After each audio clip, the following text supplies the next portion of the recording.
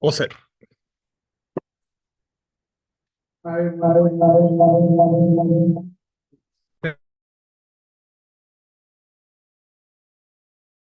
Call this meeting of the Site Plan Subcommittee to order.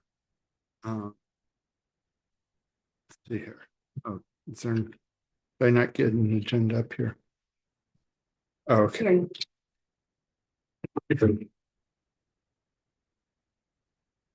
All right, thank you. All right, so tonight on the agenda, we're going to be looking at the site formerly known as Ackerley Place, now the Reserve. And can get a roll call of commission members, please? Commissioner Bourne, Commissioner Helfrey. Here. Commissioner Cohn. Commissioner Clayton. Here. Commissioner Deppler. Commissioner Jackson. Commissioner Rubis. Chair Beatty. Here. Councilmember Brost. Here. And Mayor Garitano.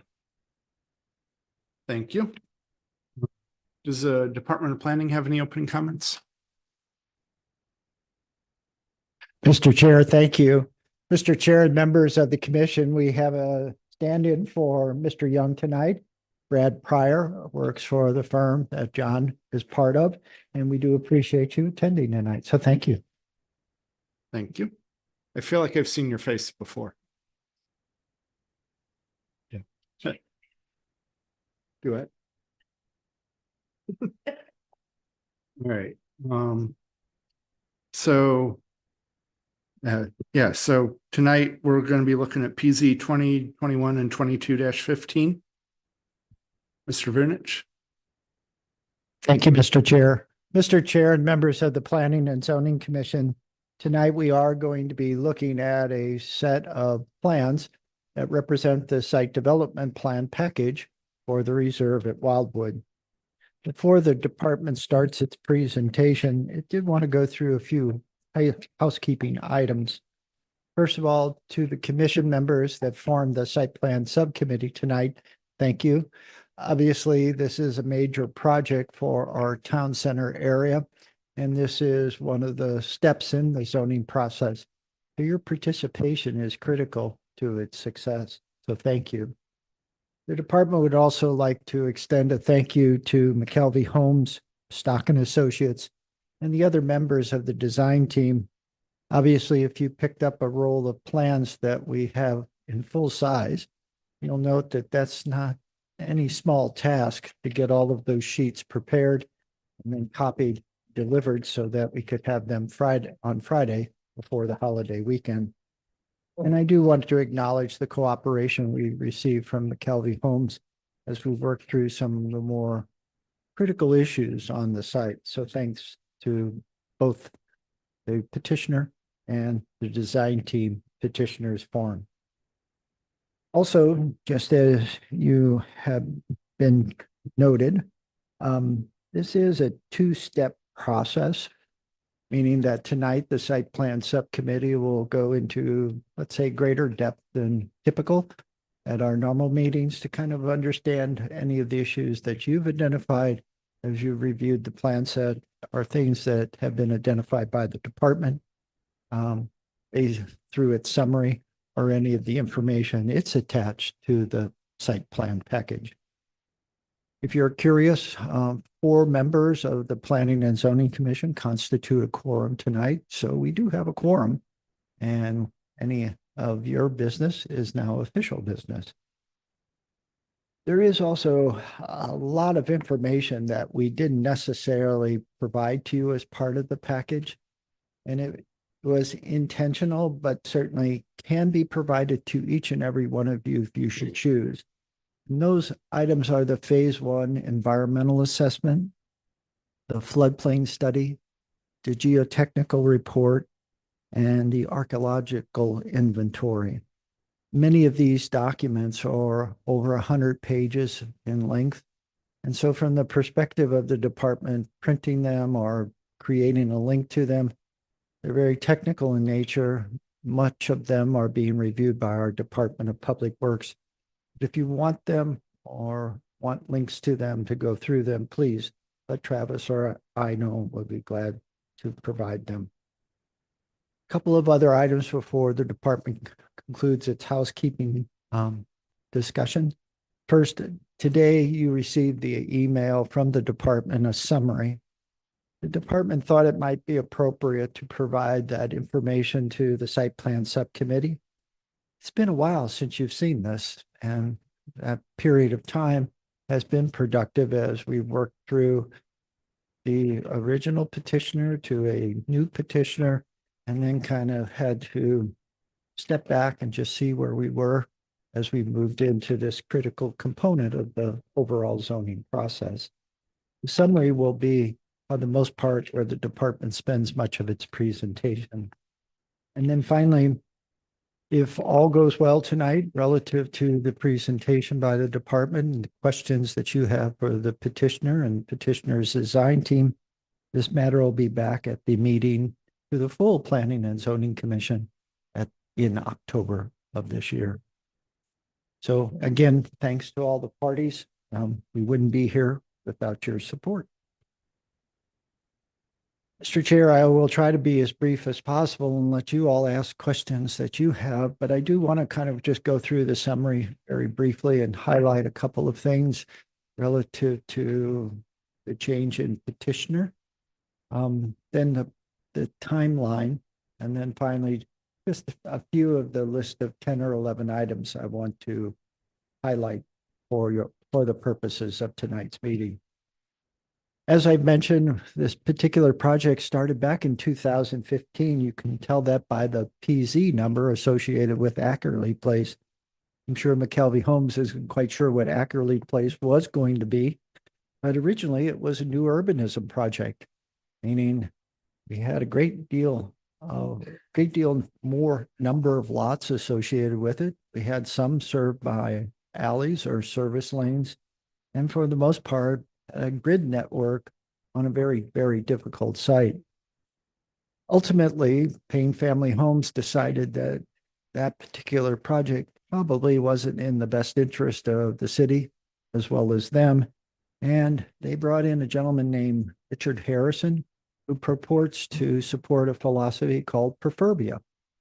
And Preferbia is more in line with traditional development, but it has a key component called coving.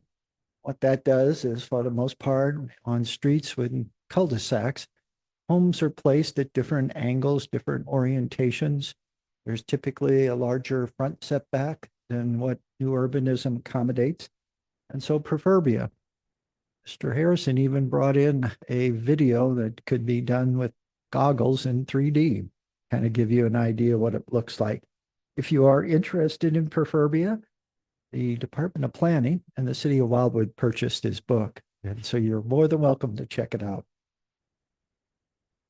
After Payne Family Homes kind of decided that it was time to maybe conclude its participation in this particular project and site, McKelvey Homes kind of then stepped in, and they are the petitioner, so to speak, for tonight's discussion.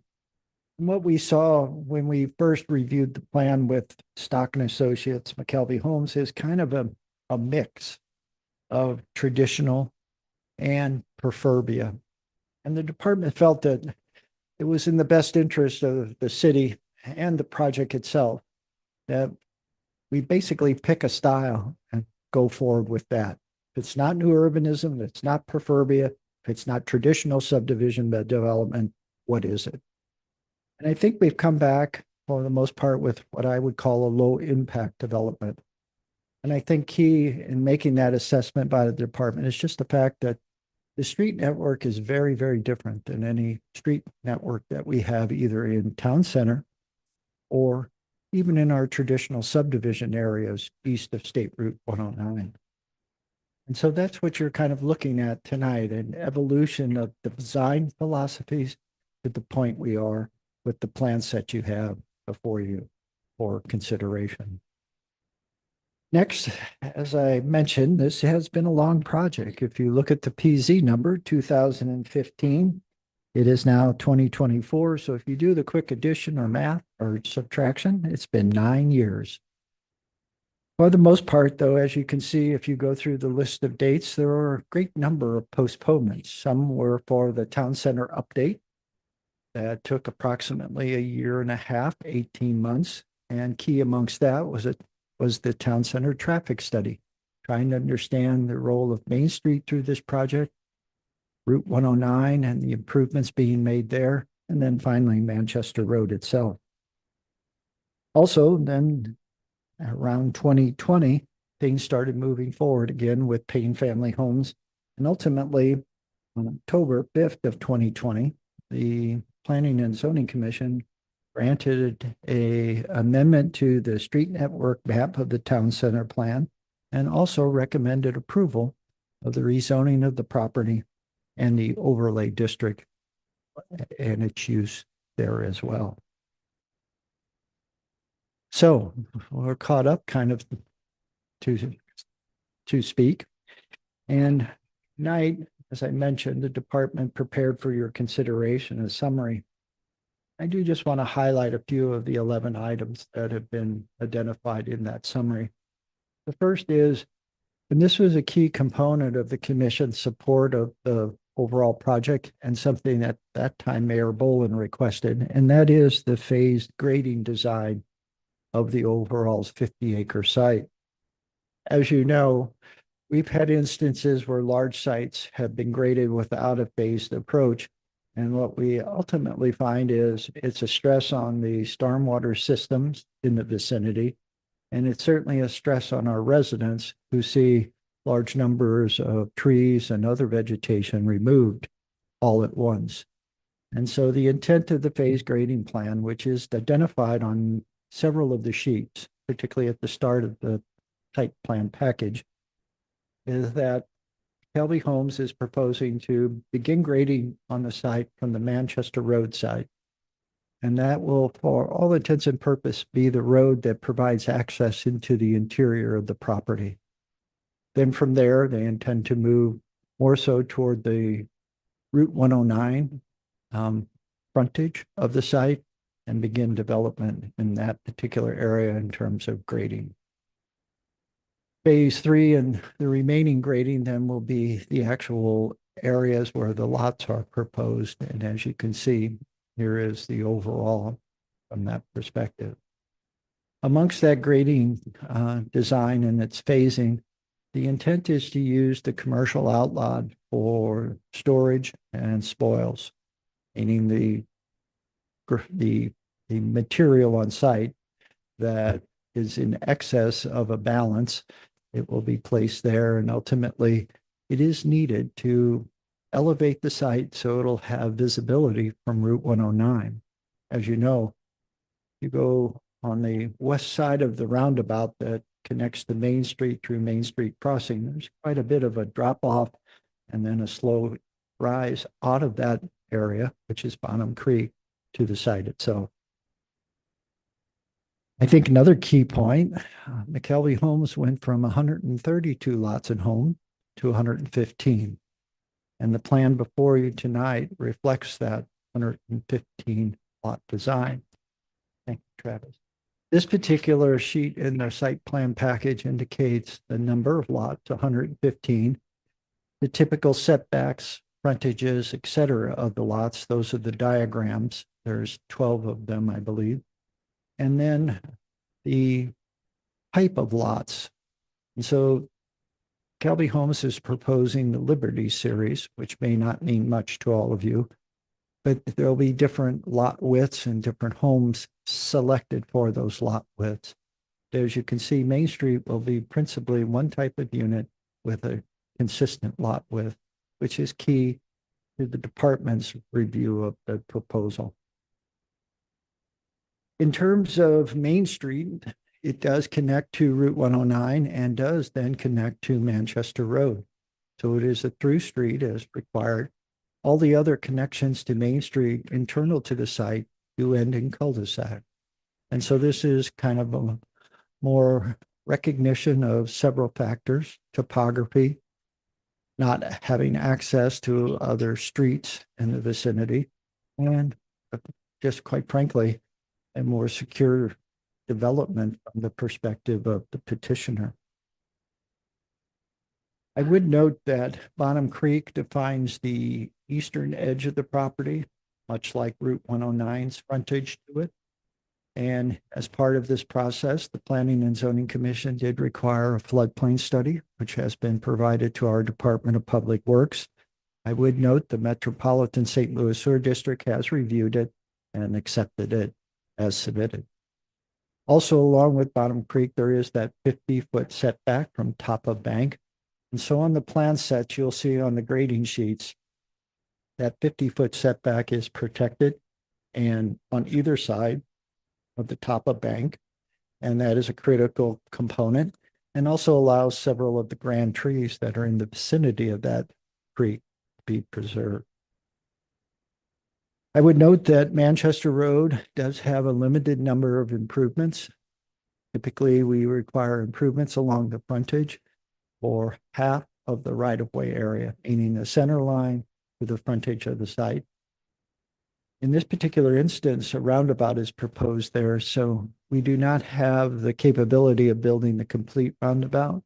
So we will allow access to Manchester Road without the full set of improvements, but we will escrow those so as the city can construct the roundabout either when the community college goes to phase 3, a third building, or when necessary based upon traffic patterns in the vicinity. Just a couple of more items, and then I'll conclude and respond to any questions you might have. Stormwater management. This is one of the areas where the Planning and Zoning Commission spent a great deal of time with experts and residents of the area, where we heard about just different concerns, different characteristics of the site. And what I will say is that the stormwater management plan will comply with the Metropolitan St. Louis Sewer District's requirements, which again are very good, and manage 3 components now, 3 components of runoff, and that is channel protection, flood mitigation, and water quality. Unique about this particular project is the design of the streets. The intent is to have basically roads that do not have curbs and drain into swales that are constructed along the frontages of the homes. Each driveway will cross that swale with a culvert.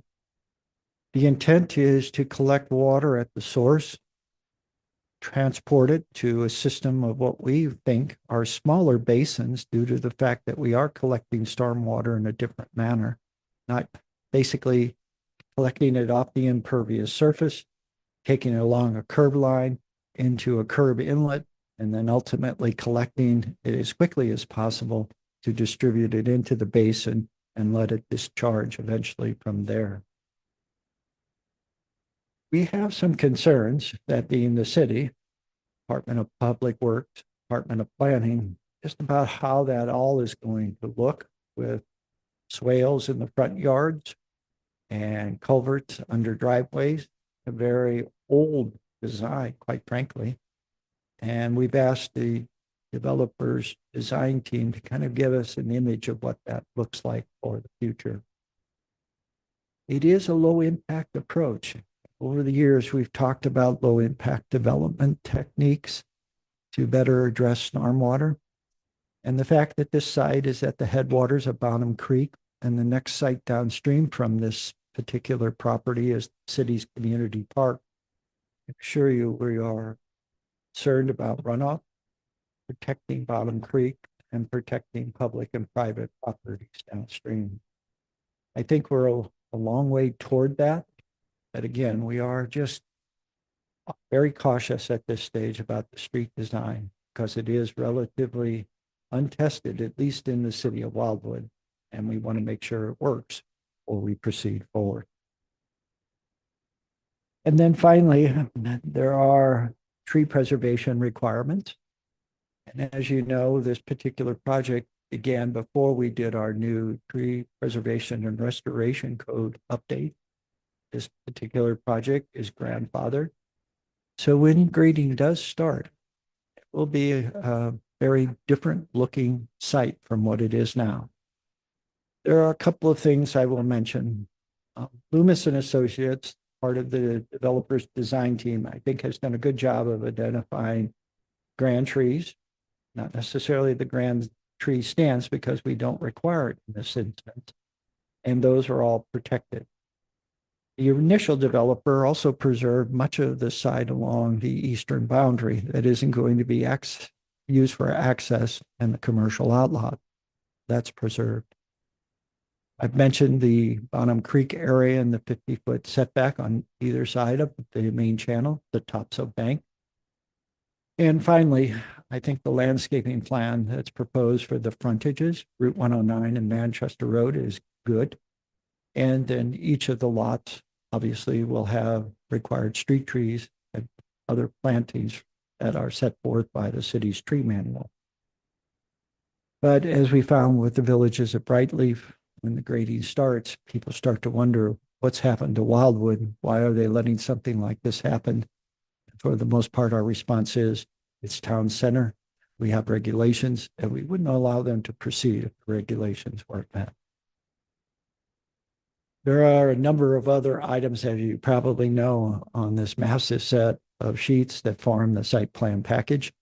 But I just wanted to highlight those things that we've been considering and are still considering at some level to the commission, the site plan subcommittee members tonight. I'll conclude to say that if there are things that are outstanding, we will have them not outstanding by the time we reach the October meeting, or the matter won't be before the full Planning and Zoning Commission in October. That's the commitment of the Departments of Public Works and Planning. I appreciate your attention through what I would consider a longer than typical presentation by the department. But at this time, the department is available for any questions or comments. And then again, as part of our agenda, the petitioner and the petitioner's design team will have an opportunity to provide any comments that I may have missed relative to the design or stated in their opinion. So thank you. Thank you, Mr. Vintage. Commissioner Helfer? So thank you, Mr. Vintage. So this has been going on for a really long time, like you said. And so I wanted to make sure that I looked over everything and I could understand it all. And I say that to tell you that I have a list of questions by page. So, but I think they're good questions, or at least they will answer my questions, hopefully. So I'm going to start at the beginning. And the first one is on this phase grading plan. Phase 1 looks like it's towards Manchester Road, but then am I reading it right where it says the access road is actually going to go through phase 4? That would be on like almost the third page, I think, second or third page of this.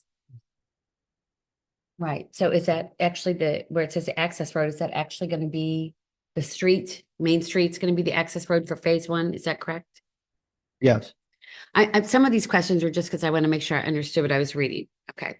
So I think it's key to understand from the Department of Planning's perspective, a good approach to building good streets is basically to grade them first, get rock down, and let the construction, basically the vehicles that use those roads for grading purposes, delivery of materials, the day-to-day traffic of the different contractors and subcontractors, get that rock compacted down. The better the base, the better the road in the long run. So from the department's perspective, using the streets or the layout of the streets for that initial grading and then any work that follows, it's just solid from the perspective of longevity. Okay, thank you for that. My next question is, several of the questions are regarding the detention and the sewers, because as you know, we deal with that quite a bit in my neighborhood. So one of the questions I would have is the detention basin next to the playground. What, if any, steps are able to be taken to ensure that it drains properly so that you do not have a large amount of mosquitoes next to where we're supposed to have kids and families playing, in light of now the mosquitoes are trying to kill us all. Um, Again, these are bioretention basins. They're not retention, meaning that Correct. they will not have a permanent pool elevation, water in them all the time. And so what protections or what checks and balances are in Mhm. place? Well, first and foremost, MSD's review of the plans. Secondly, the city's review of the plans, the permitting process that follows. And then when all is said and done, both MSD and the city will require as-built of those basins to ensure that they've been constructed according to plans. If constructed according to plans, the likelihood of poor drainage or drainage that stays in the basin too long is minimized. And so whose responsibility is that? And the reason I'll let you all know the reason I ask is because I live in Windcrest and we have a couple of detention and retention ponds. And some of them have been plagued. And so 20 years in, I'm just curious if, if it turns out that there is a problem, whose responsibility is that, especially after the builder is completed with his project and moved on? I mean, how would that be? Because, we're 20 years in and we're starting to have a couple problems with ours. And so I'm just asking for clarification. You'll not like the answer. It's the homeowners association, but there are a couple of things that are changing relative to this. First, as you know, in April, the Metropolitan St. Louis Sewer District was able to get a favorable vote on their fee. That fee now is collected for stormwater projects. So if there is a catastrophic issue, hopefully not into the distant future too long, MSD will have some funds to address those real emergencies. I wouldn't say that is to maintain existing basins or new basins. Secondly, as you know, we've been going through our subdivision and development regulations. And the intent is actually to require the developer, whether it's on a per lot basis or at a single payment, to set aside funds for the homeowners association so that when the developer is complete, the escrows are all released and the homeowners association is taken over by the residents and a management company, if that's the case.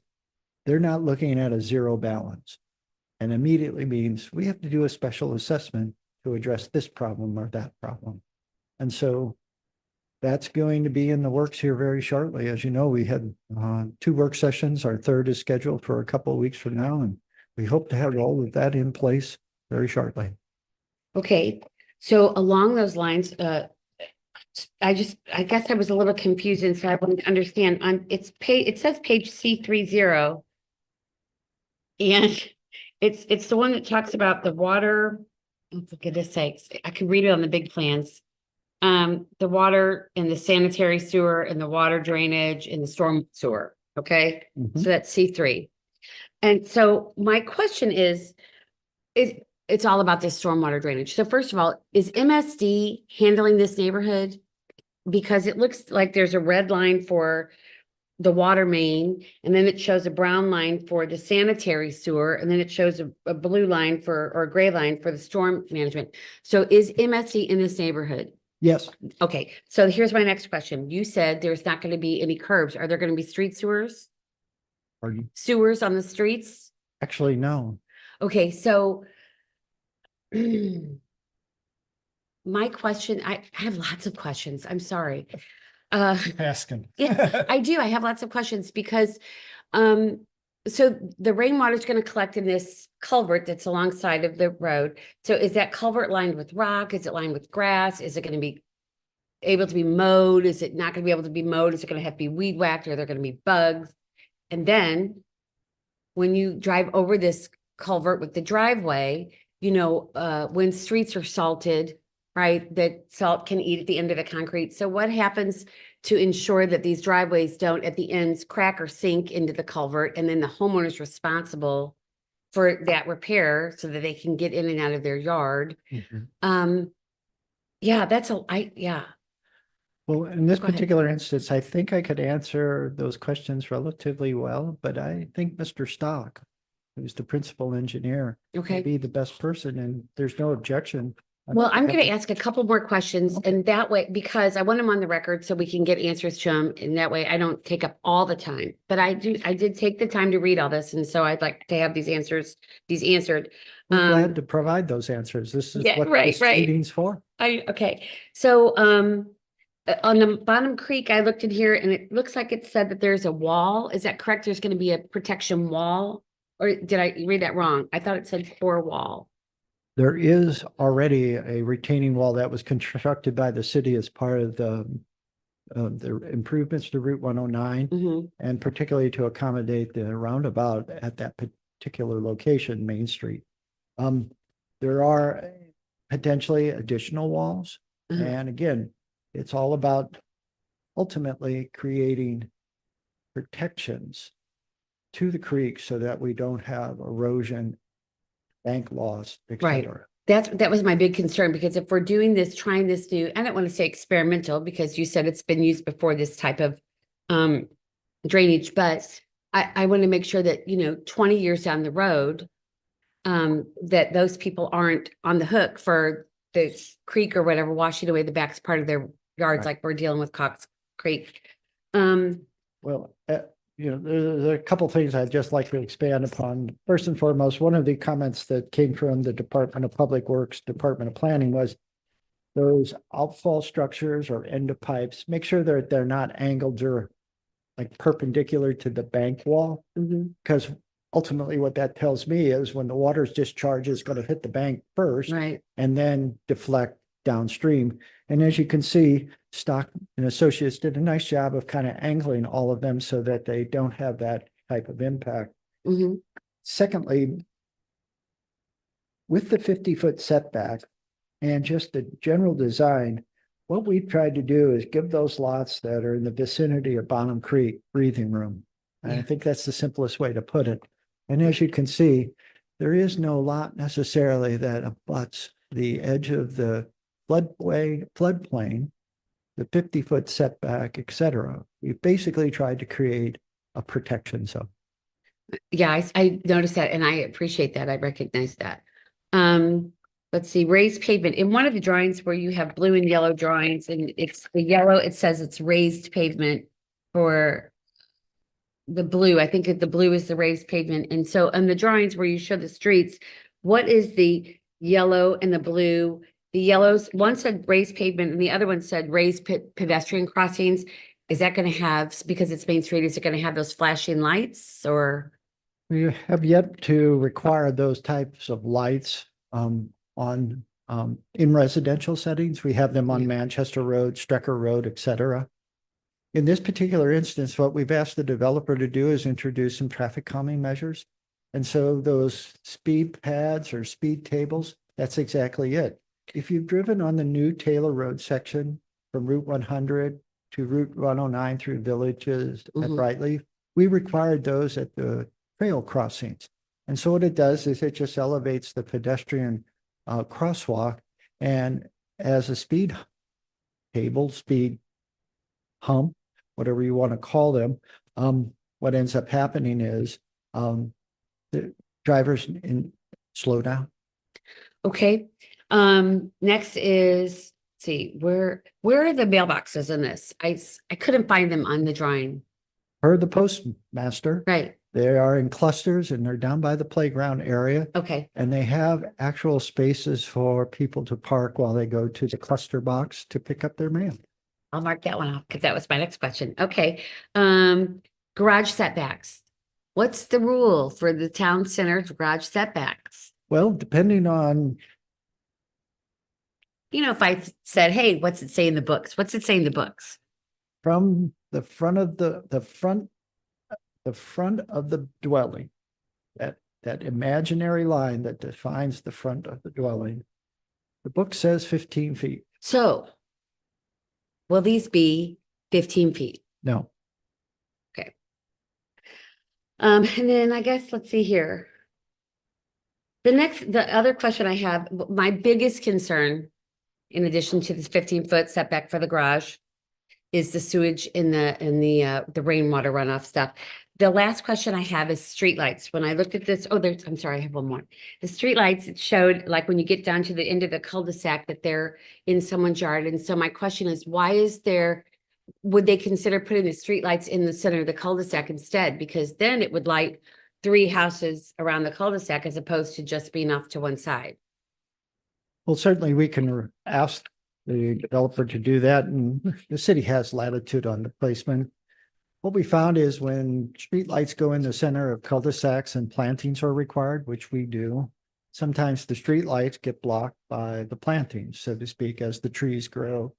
So it's really just a different approach, but certainly if the commission feels that having the streetlights, at least in the cul-de-sac areas in the island, that's certainly something we can add to our list. It just seems like it would hit more houses. And my last one is, how will they place street trees in this neighborhood with the detention thing along the street with no sewers?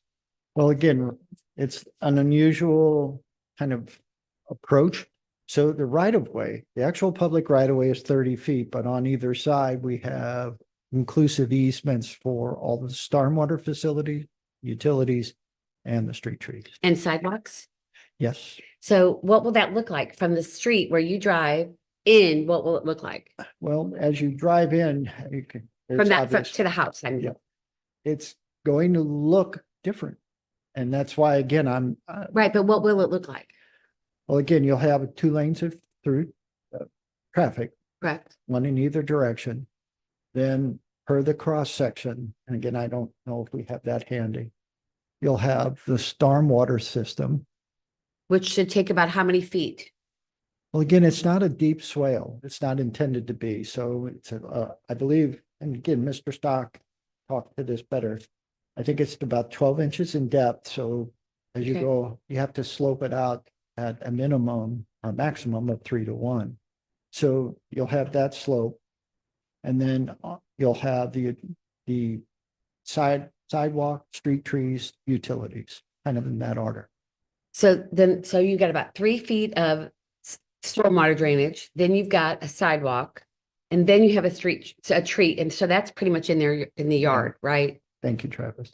So The- there's roughly the cross section as you see it there. Now, remember the 30-foot right of way, the public dedication, the street is within that area itself. So when you look at the topography of this neighborhood, is any street or is one end, I was looking at the numbers on this and I had them written down in my big plat. Is there big slopes on any of the streets? Well, there are some sloping streets, I believe, and don't hold me to this. Generally speaking, it's between 2% and 4%, but I think there's just one that maybe is 12%.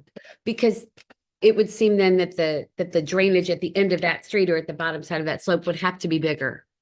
Right. I mean, it would have to be. Well, obviously, the steeper the slope, the faster the water Right. runs off. So that'll all be taken into account. I may be mixing up projects. Travis will tell you, we're reviewing probably 8 to 10 site plans right now. So I may have misstated the 12%. Generally speaking, for subdivision residential streets, we want them to have minimum slope if at all possible, which equates to more grading to the site to accommodate that. But again, like I say, Mr. Stock can probably go through a little bit better that cross section than I did. Well, I would say a little bit, probably much better. And then also talk about the slope. Okay, well, believe it or not, all the questions I have for today. On the, Very good list. Thank you, Matt. want you to know I did my homework. Okay, Yes. thank you. Commissioner Rubis. Yes, basically. Acreage is bounded the east. So if everything is on the creek, then topography has to be kind of a high end on Manchester, western, so that everything goes that way. That how the grading plan look to you.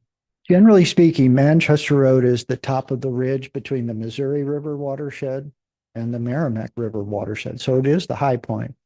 So everything in this particular instance was toward Bond Creek. That being said, would it look like from 109 that the development is kind of down? Well, I think if you look at some of the cross sections that have been done for streets and the profiles, you'll see that the low spots are being filled to create a consistent, let's say, elevation. And that's probably an overstatement. But generally speaking, to access off the roundabout at Route 109, street's going to be pretty much at that elevation and won't change, as I say, much as it goes through the site. So there is, as I say, a great deal of cut and fill. But we recognize that. We're doing our best to grade in phases. One thing I didn't mention, it's the commitment of the developer that as soon as Route 109 and Route Manchester Road, the grading's complete there, they're going to move in and basically plan it out as if it were completed. So the intent is to basically get the green started as possible. So there is going to be at some time in the future a roundabout. Yes, that's always been part of the town center plan, and the traffic study anticipated it as well. That was done in 2018. The trails that they have, those will be public trails. Yes, all public trails, all public sidewalks. And one of the key items that we talked to the development team about and the developer is making sure that we had that connection from the northeast corner of this site to the tunnel that goes under Route 109 by Route 100, so they can connect into the trail system that heads east into town center. Just 15 home percentage. See, they got 3.5. I'd have to defer to the developer's representative, Mr. Jim Piper.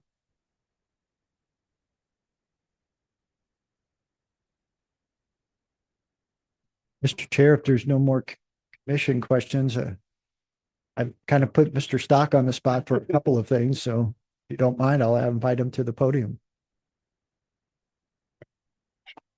Yeah. Bring Mr. Stock up, please.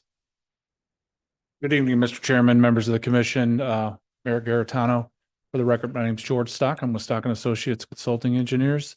And with me tonight is Mr. Jim Piper, Jeff Taylor with McKelvey, Chuck Hulse with my office, and then Rusty Saunders with Loomis and Associates. And we're happy to answer any questions, or I heard some things I could probably talk a little bit. Like me to talk a little bit? Okay, so thank you, Joe. Excellent. The only clarification is the Liberty series, there's 4 different lot sizes. There's the 52-foot wide, 62-foot. Those are the Liberty series. Then there's the 80-foot and the 88. So the 80-foots are all the lots that are along Main Street, 109 to Manchester. Then the 88s, thank you, Travis. The 88s are the yellow. So those are the largest lots, and they're up against the non-urban zone property to our west. With regards to the stormwater, this has been several years in the making, and I know there was a lot of discussion regarding the stormwater before ordinance 2756. But as Joe stated, it's a low impact development. So what we're trying to do is get the water off the road, and in lieu of putting it into an enclosed system, putting it into a drainage swale, allowing to travel a little bit slower, a little bit of infiltration before it's put into storm systems and then taken to these bioretention basins, which, as Joe mentioned, do a lot of things: water quality, removing suspended solids, volume reduction, infiltration into the ground, and then providing the channel protection, which is important for Bonham Creek. It's taking those high intensity short storms, holding it and releasing it very slow. Those will be sodded grass swales, and they'll be generally 10 feet from the edge of pavement. And then once you get to 10 feet, there would be the sidewalk. So we've got a combination of 5-foot sidewalks on both sides of the street from 109 going west into the site. Then it transitions to a 6-foot wide sidewalk on one side of the street. And then the trails are 10-foot wide. With regards to those basins, once constructed by McKelvey, complete online, MSD has issued construction approval, accepted, the city's accepted. There is a written maintenance program. And there's a number of basins in common ground. I'm sure the homeowners association will have a maintenance company. They will become familiar, as most are now, with not just cutting the grass, but maintaining the basins and looking at the species and the plants that are in the basins to make sure that they're functioning. So it's a learning, which we're much further along in 2011 when bioretention basins were introduced. With regards to the street, The street itself is not real steep, even though the site has a lot of topography. There's a lot of length between between Highway 109 and Manchester. So the maximum longitudinal slope is 5%. So that would be the maximum slope on one of the grass swales that is along the side. So it ranges anywhere from about 1.5% longitudinal slope to 5%. So fairly, not steep. Let me just put it that way. That's not steep by all standards of streets. Go ahead. Mr. Stock, so, but what I want to know is how does the water runoff affect that? And I'm genuinely curious. So if you have water that hits the concrete and starts running towards the swale, right? Mm. So if it's going fast enough, does it erode the ground? No, that's the swale is designed, sodded swale, and again, the quantity of water and the slope equal the velocity. And so we don't have any velocities that are more than 2 feet per second within that swale. I'm sorry, no more than 5 feet per second within a swale. So that's a non-erosive velocity. And then the culvert under each driveway is one homogeneous pipe, just one piece of pipe, not a bunch of segments with joints that goes from one end to the other. And then it has a little taper at the intersection or at both its upstream and downstream, which matches with the grass swale. But it's just a mowed swale that's in between. And then every so many houses as you go, there's an inlet, not on the street, it's in the swale. And then that takes the water and puts it into a pipe system that then takes it to the bioretention basins. The traditional street, is which you're all familiar with, has a rolled curb, and then there's curb inlets right on the street. So as soon as the water hits the pavement, it goes from the pavement into a storm sewer. Okay. So it's moving faster on the pavement and in the pipe than hit the pavement, hit the grass, go some distance, then it's into a storm system. Okay, so how big are the pipes that go under their driveway? 12-inch diameter. Okay, So basically the driveway, because the swale's not real deep. So the driveway comes in, the pipe itself is about 5 feet off the edge of the pavement. So the driveway is sloping up and then the pipe is right underneath it. So generally the driveway sits right on top of the pipe, and then it's bedded, it's compacted. So there is no settlement that occurs, once in place and constructed. and when they salt the roads, that won't affect any of this down the No. road? No, that's normal. Our streets are asphalt. The driveways will probably be concrete, but that's no different than your subdivision probably has concrete Right. streets and concrete driveways. As long as the concrete, and again, I have no reason to think that the concrete that's used on this project wouldn't be, very good quality. But, the salt can erode concrete, but it's over a long period of time, nothing instantaneously. So So- there's nothing being done here that would cause additional maintenance to a property owner relative to their driveway. Okay, so I guess one of the things I would like to see is I would like to see a rendering of how this is going to look from the street towards the house. What's the distance? Because in my mind, you're saying 5 feet, 10 feet. In my mind, it sounds like that the street tree is actually up at the house already, and I'm probably wrong, which I won't tell it to my husband. But so I'd like to see what exactly that looks like, and I'd also like to see the houses. To see renderings of the houses. Okay. Um, Okay, we can do that. yeah, thank you. You're welcome. If one of those pipes gets caught, Right. dump, is that kind of bring Water- havoc on the whole system? No. I mean, if it were to do that, then basically, let's just say one pipe on the upper end's clogged and the water's coming down the swale.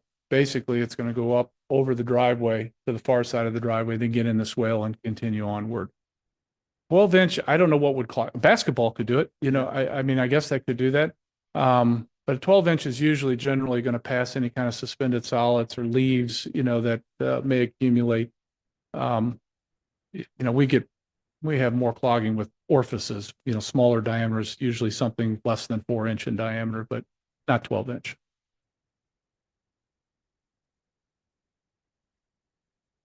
Mayor Garitano? So, question, who is responsible for these, swales and the piping that, maintenance, making sure they're cleared? Well, each homeowner would cut the grass in front of their house. At least that's how I believe, but the common ground and the detention basins would be the homeowners association. Okay. But I would say every property owner would maintain, their driveway, their grass in their front yard. It would just just be a depression in their front yard, just cut from the edge of the pavement back up to the front of their house. And then I too agree with Commissioner Helfrey, if there's some kind of drawing, rendering, or even photograph of, to demonstrate how that looks like, Sure. that'll be helpful. Commissioner Helfrey. I'd also like to see a rendering of the houses. Because Understood. I'm sure that you probably don't remember this, but from a long time ago, I'm very much in favor of the garages being set back 15 feet. So I'd like to see what you have. We can provide the Planned. elevations, not a problem. Thank you so much. Well, yes, sir. Joe, this response from is the response in red? Are all those amenable to the department? And again, we asked for something very similar to what Commissioner Helfrey and Mayor Garatano identified. Kind of like to see how it all looks with the swale, culvert pipe, the driveway. So that was probably the main item out of that list of comments that was created by Public Works and Planning that we're still interested in. Also, what about the streetlights and the cul-de-sacs? What are your thoughts on that? I will just work with staff on that. I don't know that we're opposed to going in the center island. It's just, I'm just curious. Yeah, I don't, I Because think, I we're- live on a cul-de-sac and it's very dark down there. So, yeah, I mean, I think we're neutral on that and we can have a discussion about that and we'll work with staff on that. and one more thing I was looking at my notes, one of the things on that entrance off of 109, it looks like there's a bridge. It looks like that's a 40-foot. Am I correct? Is that a 40-foot Steve, deep and then the Yep. bridge? yeah, well, it's large box culverts that are going in the creek.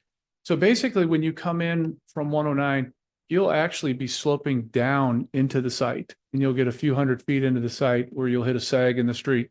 Then you'll start to climb as you go back to the southwest. But yeah, there's 25 feet of fill over those box culverts on the creek there. Yeah, it's as someone who's been in that area on foot, it's deep down. It's significant. If you're in the creek and you're looking at the wall, the existing wall that Joe mentioned, that's a lot of wall. So we're not coming up, we're going down. We're working with the topography best we can as we get into the site. Then we start to slope back up towards Manchester Road. And then there is just one point on that, the question about the topography, everything ends up in Bonham Creek off this site. But from Manchester Road, you go into the site a few hundred feet to hit a high point, kind of that phase 1 road. That water is actually sloping back southeast towards Manchester to the property to the east of us. Then it continues east and gets into Bonham Creek. Then it comes around our east side to the north. So not every drop from Manchester comes due north through our site. There's a high point about where the first cul-de-sac street is. Then it starts to slope down, as I was describing, back towards Highway 109.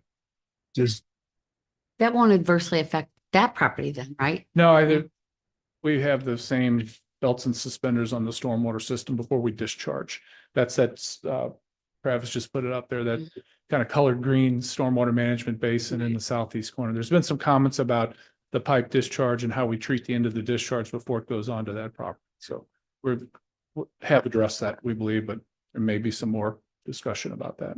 But you had mentioned that there are people that, are experts in all of this stuff, and that is expensive.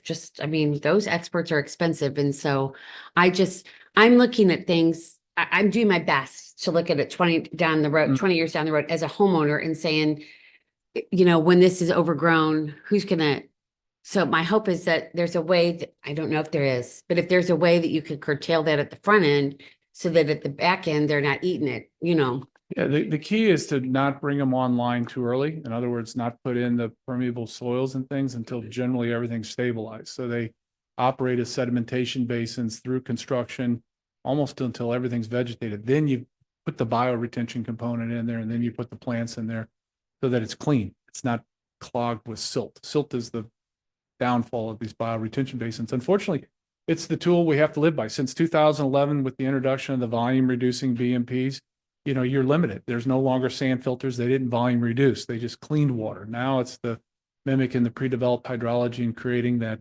infiltration, transpiration with the plants. And so they do require work and they require knowledgeable people but everybody has them. You know, it's the future of all subdivisions, residential and commercial development. Travis, could you show, where is Pond School in I relation to think the- it's right here. Like right across, pretty much right across from that Just south. cul-de-sac, right? Yes, Okay. So it is south of the development, yes, south and west. south and west. Because the roundabout, I know we're getting short on time, but the roundabout would connect with the college, which that's not the access road to the bus lot at Pond School, correct? No, the access road to the bus lot and the access into Pond School, as well as the future street to serve community college, all will be served off that roundabout. But it's a bit of a challenge because there's a lot of access points all in that relatively small area of Manchester Road. Which is kind of why I prefer a four-way stop at that point. And this is coming from someone who loves all the roundabouts around here. Understood. And there's been discussion internally about that as well, just because it's a difficult task, but at this stage, again, the plan calls for a roundabout until we maybe have a better understanding of what the community college's future holds. I think that's the approach we'll offer to you as part of the final report. Yeah, the reason I would prefer a four-way stop here is just because it's the elementary school right there. And the roundabout's going to slow cars down, but it's not going to stop them. And come dismissal time, you're going to have dozens of kids exiting, potentially wanting to cross Manchester to go into that subdivision. And There are some issues there now. You've identified one when the buses leave and come back, that there's a lot of traffic, large bus traffic. And also we have parents that park on Manchester Road and stack there waiting for their children. So the study of that particular location is going to take a bit, but I'm confident our Department of Public Works will find the right solution. And City Council, in their understanding of traffic, will do the right thing. And then, so going back to something you said, the road that leads to the bus lot is not the road that will go to the community college. It'll be offset from there. Exactly. So is it going to be like, I guess there's a little area of trees between that parking lot on the east side of the road and the church. Is that where it's going to go? Yes.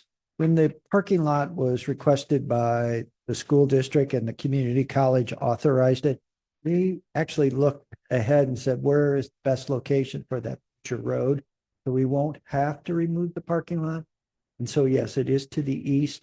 And as part of phase 2 at community college, the new building, we did require a public easement be established from the parking lot area at the new building out to Manchester Road.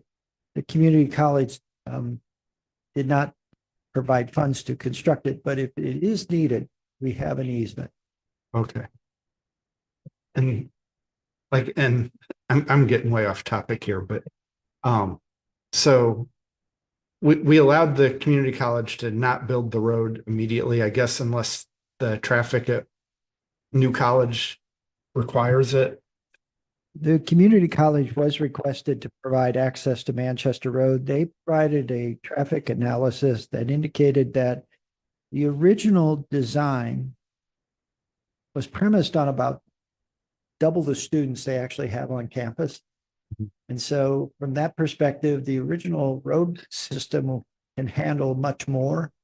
And then the traffic analysis also identified that it isn't until the third building that the road is needed. And so we kind of had to go with the experts. Okay.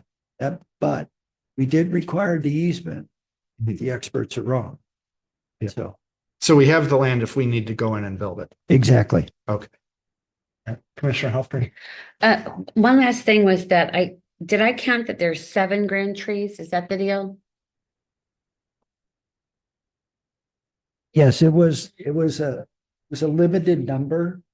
Now remember, and this is a long time ago, when I first came out to unincorporated St. Louis County with the county planning department, they were growing corn on that site. So it used to be an agricultural field. We do have grand tree stands. Those were identified by Davy Resource Group, the arborist, before we had an in-house arborist. But as I say, this particular project isn't subject to the new requirements related Right. to the grand tree stand. So I saw the tree planting thing and I'm assuming that our new arborist has looked it over and has approved it all, because I think he's pretty good. I think Mr. Walsh is very good, Yeah. and before we do any final approvals, he'll have another look. Excellent. Okay. Thank you so much for going through all my questions, and I hope that to see some drawings from you and Welcome. Is that everything? Thank you. So do we need a motion to, or, Mr. Chair, if there's no objection, and that would be in the form of a motion, the department will prepare a final report on the site development plan package for the commission's consideration at its October meeting. all right? that will be the final one. We won't get to see the answers to all of my brilliant questions before we, because I mean, I'd like to be able to see their answers and see their drawings and think about them. Well, I'll work with Stock and Associates to see if those questions, if they've not been answered, how quickly they can be answered. The goal of the department would be to get the plan set to you with those items identified before the report is published for that meeting. That way you would have at least an extra few days, if not a week, to kind of review it. Obviously, if the final report is prepared, it's always in draft form. So if the commission were to decide, no, we're not quite ready, there's too much information, or I need additional information, then the action would bump to November. Okay, and well, I do recognize all the changes that they've made and all of the progress that's been made, and I don't want to hamper it. I just want to make sure that we can make it an educated decision. Thank you, Mr. Vinich. We'll do our very best to address the comments in some form that the commission identified tonight, so that you know, yes, this was addressed, no, this was addressed, and if it wasn't addressed, why it wasn't addressed. Thank you. Any objections to having Mr. Vinich draft the report? All right, seeing none, motion to adjourn. Motion by Commissioner Clayton, second by Commissioner Helfrey. All those in favor say aye. Aye. Aye. Any opposed? Any abstain? All right. Site plan is adjourned. Take 5 before we. We'll be back at 6:40 to start the full meeting.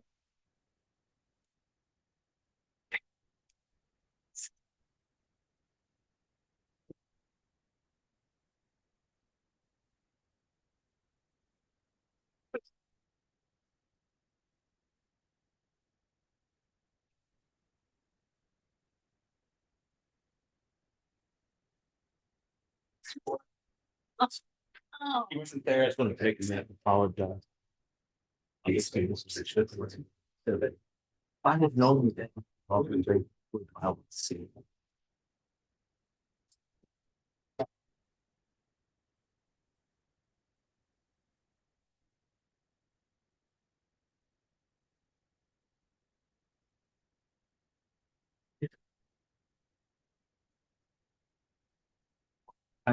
Already moving. I just wanted to, I sent you a letter saying I would do it. But I obviously was saying, because Frank, if you know, that we permit or anything else, I think they can do it. And I read through after I got your email.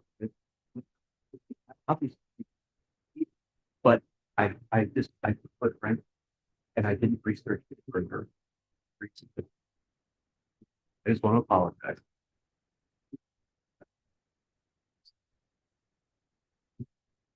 It does. I know it. All of the. I'm not trying to wait for you. I conversation. I am. Otherwise, I would have already filed.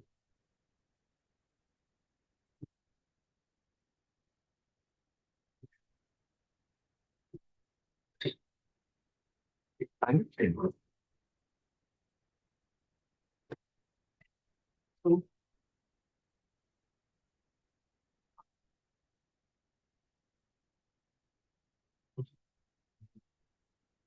Puts you in a uncomfortable place.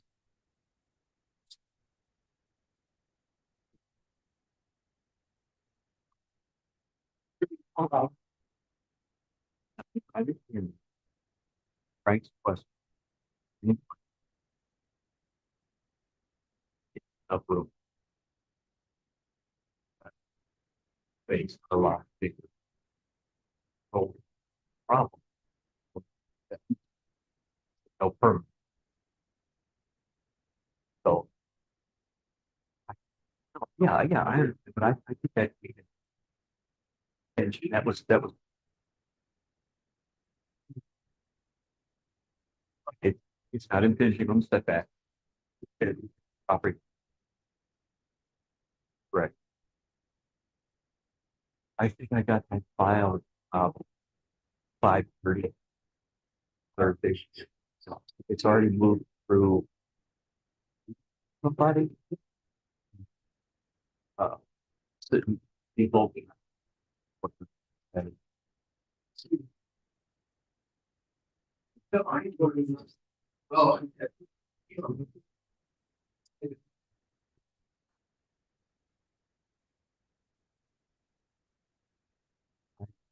I thought. Well,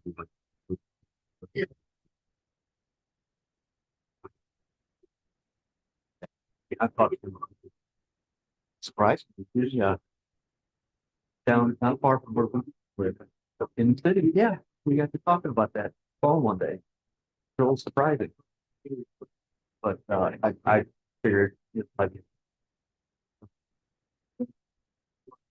Okay, all right. They don't worry about it. I won't worry about it. I'm sorry for the confusion. But- Well, I'm not looking to, lay the blame. I would have. But I think, but I think, that I knew that I had to do that. I would have. I would have.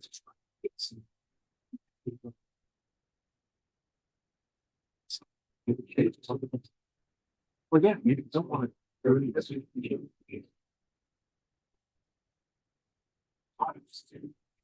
They come here. To not. Yeah. Yeah. I didn't know. I just scored. That's. Well, thank you. Appreciate everything you do. I don't know where you find the time.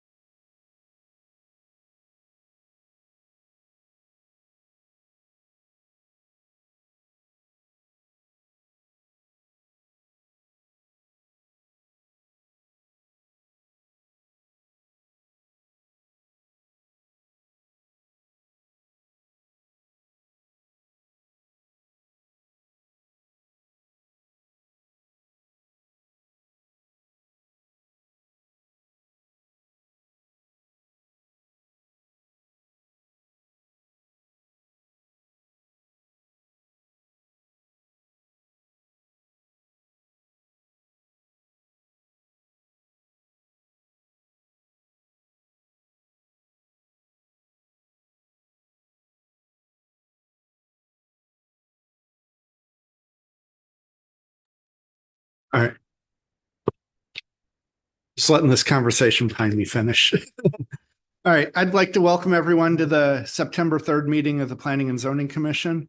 Tonight on the agenda, we have one public hearing, one letter of recommendation, one information report, one correspondence item, one site development plan recommendation, and two other items. Can I get a roll call of commission members, please? Commissioner Boren, Commissioner Helfrey, Commissioner Coon, Commissioner Clayton here, Commissioner Depler. Here. Commissioner Jackson, Commissioner Rubis here, Chair Beatty, Here. Councilmember Burris, Mayor Garitano. Here. Thank you. Can I get an approval of the minutes from August 5th, please? Motion by Commissioner Clayton, second by Mayor Garitano. Any discussion? All those in favor say aye. Aye. Any opposed? Any abstain? One, all right, motion passes, one abstention. Thank you. All right, does the Department of Planning have any opening comments? Thank you, Mr. Chair. I did this for the benefit of the site plan subcommittee, but we have a stand-in tonight for normal city attorney, Mr. Young, Brad Pryor.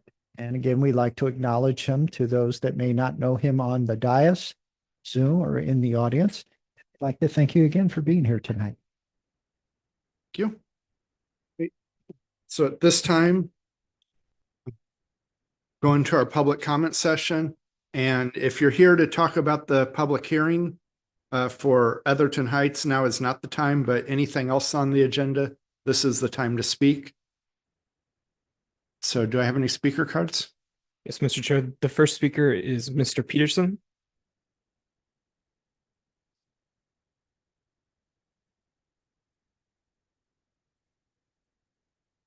Good evening, Chair and fellow commissioners.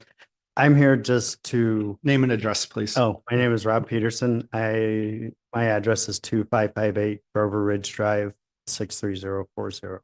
Thank you. I'm here to discuss the Good News Brewing recommendation and the plans that have been submitted and the proposal for the outdoor acoustical music. We live approximately 2 blocks from where that location is. And we at the time can now hear the music from Wildwood Pub when they have outdoor music. It does not bother us. It's very faint. With Good News requesting acoustic music only and the expanded hours they requested. My wife and I don't have a problem with the plans. In fact, we're in support of this plan. We are very much looking forward to Good News Brewing coming into that location and providing additional business and tax revenue for this city. That's all I had. Thank you. Thank you for your comment. The next speaker is Mr. McFarland.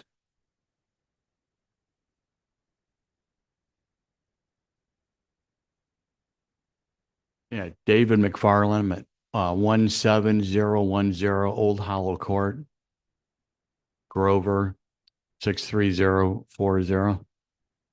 Well, my opinion is a complete opposite of his. I live a lot closer to where this where the feed store is, where the brewery, and where I live, Wildwood Pub, I can hear it extremely loud when they're playing the music. And so my question is, that hasn't even been addressed, in my opinion. I understand when the pandemic hit, okay, and then they allowed them to go out in the parking lot. I get it. You know, we're all they're, you know, they're trying to survive. I get that. Well, the pandemic's over. So I'm up here, not just about the brewery. I'm up here. I want a decimal test done for Wildwood Pub, because I can hear that like it's in my backyard. Okay. And unfortunately, the sound travels really well where I live. Okay. And so I have a lot of concerns because the new brewery is going to be a lot closer than where the Wildwood Pub is to where I live in Old Grover Estate. So that's my concern. So I'm just here to voice my objection to it. Thank you for your comments. All right. Mr. Chair, the department's not received any additional speaker cards for this public comment session, and I don't see any hands raised on Zoom. All right. Mr. Vinich? Mr. Chair, just to respond to Mr. McFarland, Mayor Garitano has identified Mr. McFarland's concerns. The department is trying to trying to move forward with a noise analysis.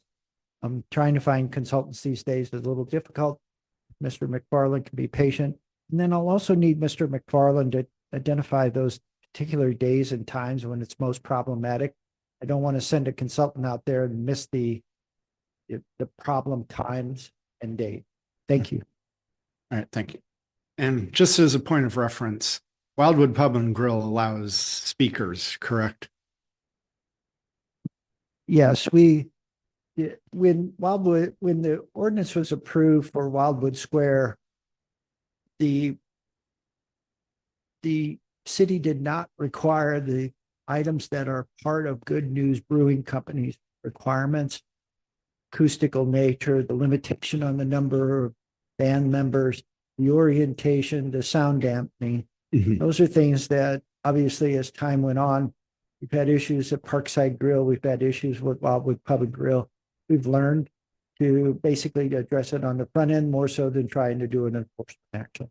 All right, thank you. And if there's no more speaker cards for the public comment session, we'll go into the public hearing. In the city of Wildwood, public hearings are truly intended to accept comments and questions concerning this posted item. Since this request is being presented at a public hearing, no action is planned on this item tonight, and consideration of it is to be taken no earlier than the October 24 Planning and Zoning Commission meeting. This approach ensures the members of the commission will hear all opinions before taking any action. The city's Department of Planning will address the comments, questions, and concerns that are raised tonight and include them as part of its formal recommendation to the Planning and Zoning Commission. Anyone in attendance at City Hall tonight wanting to speak should fill out a speaker's card and leave it with Mr. Newberry. Those in attendance via the Zoom webinar platform should use the raise hand feature to indicate you wish to speak at this hearing. A team member will add you to the list of speakers, which will then be communicated to me as chair, and I will invite you to speak when it is your turn. The public hearing process is outlined in the public hearing guidelines pamphlet, which can be found on the table at the entry area to the council chambers. The commission will allow all parties adequate time to present their position. As outlined in the public hearing guidelines pamphlet, speakers who are designated as a group speaker representing more than 5 individuals will be allocated 5 minutes to speak. Those individuals representing themselves will be allocated 3 minutes to speak. In addition, information on this item can be found on the city's website at www.cityofwildwood.com. The commission would like to thank you for your cooperation and participation at tonight's hearing. All right, so PZ 4-24, Mr. Newberry? Okay, sorry. Sorry, Mr. Chair, we did a little shuffle on you. My apologies. PZ 4-24, Etherton Heights, care of Spree Suda Properties LLC, 629 Langton Drive, St. Louis, Missouri, 63105.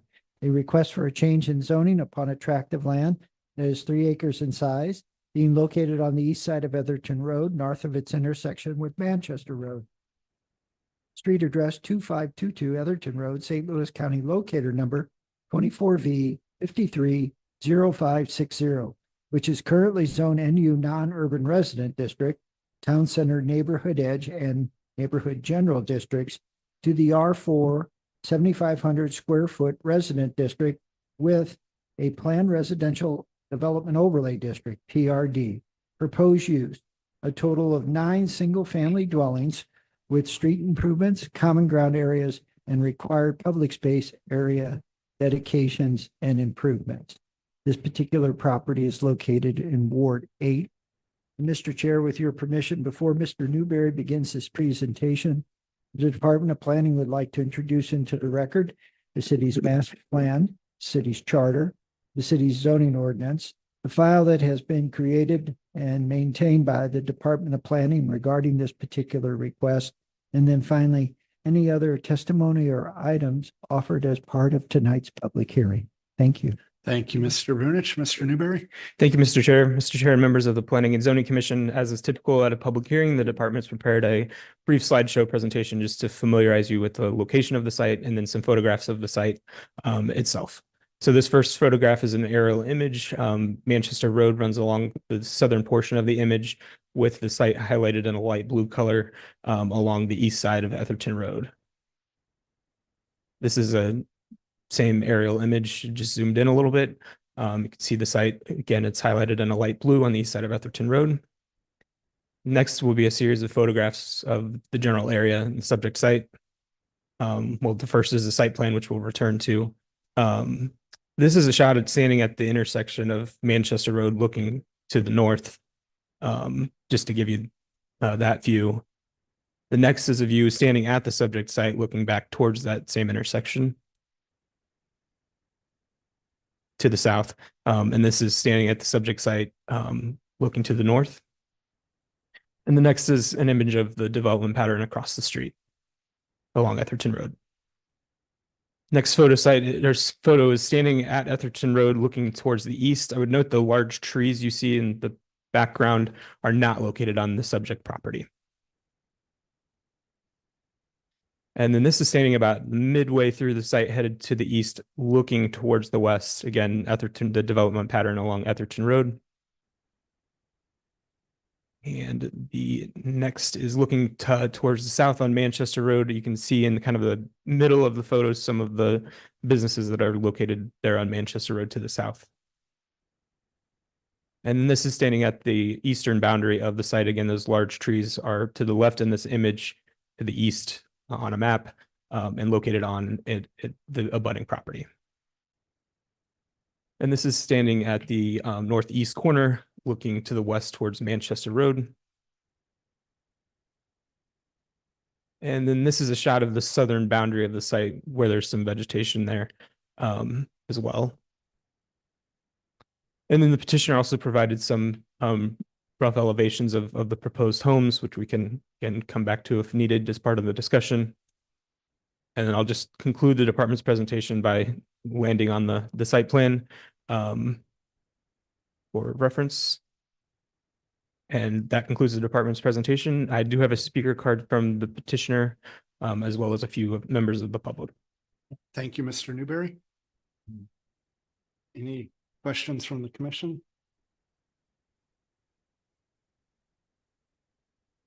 Commissioner Helfrey? Thank you. One of the questions I would ask is, are these garages offset 15 feet back from the front of the house? And then another concern I have is, where are the sidewalks and the street trees? Where would those be on this plan? And then I went out and I looked at the property and I was looking at the plans that you gave us where it showed like the elevations. It looks to me like there's a significant drop to the rear and south side of the property. And so I'd like to know how that's going to be addressed. And then one of the people that sent in a comment was concerned about the traffic on Atherton, and I wanted to know how that would be addressed. And that is all I have for now. Thank you. Thank you.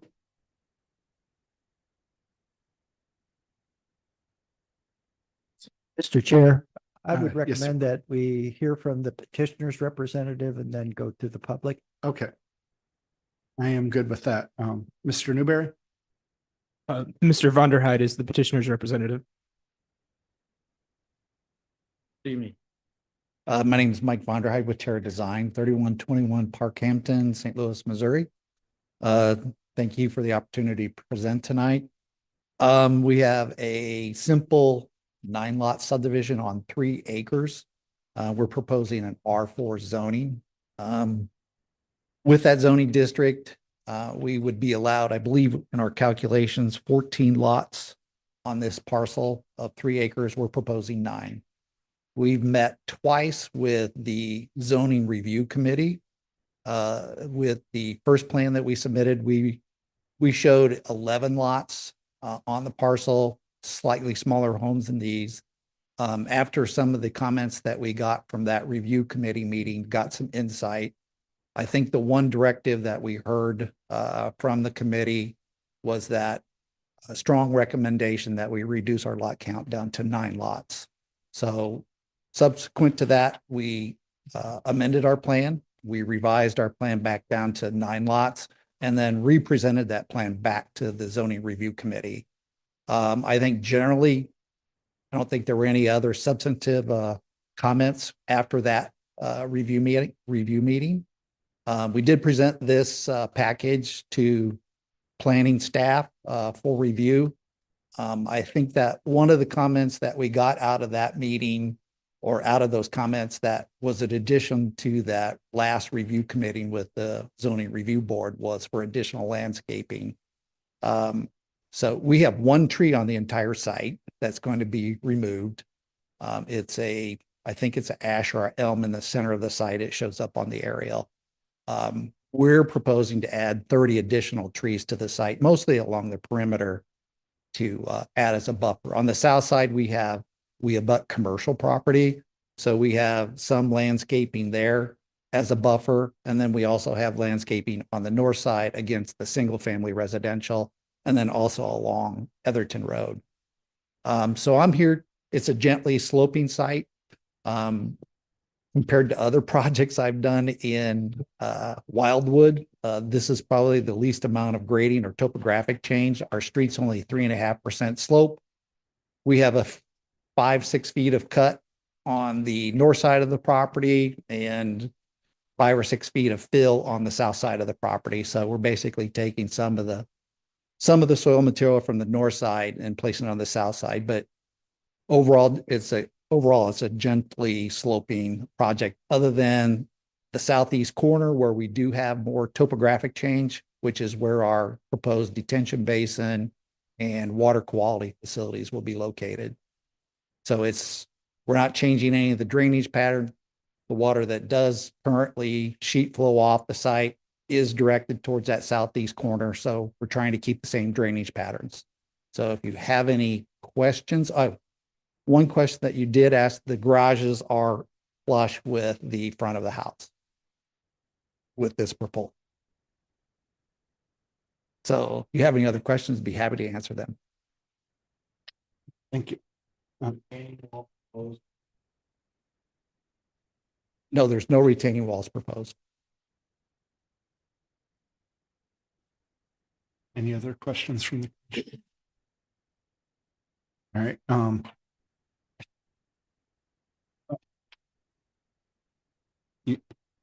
go ahead. Mr. Vudich, the way this is zoned right now, what is the city's position on the books, on the setback for the garage doors? Well, Ms. Helfrey, as you know, as part of the town center update team, a key component that came out of that 18-month process was a decision to require a garage setback from the front line of the dwelling. That setback was to be 15 feet. It's been elusive. Most of the projects over the course of time, we've been able to get 6 to 8 feet.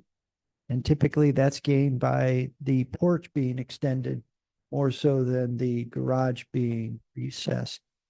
So from the perspective of the department, it's been a mixed bag, but certainly with direction from the commission, we can take anything under advisement. Thank you.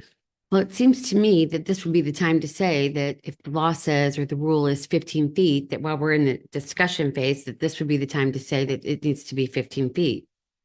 That's my opinion. And Ms. Helfrey, as a member of the town center update team and one of members of the commission, we'll certainly take that under advisement and do our very best. Mayor Garitano? Yeah, question for Director Vunich. I heard that the current land use plan and what the speaker just mentioned, that it allows for, I believe you had said 12 homes.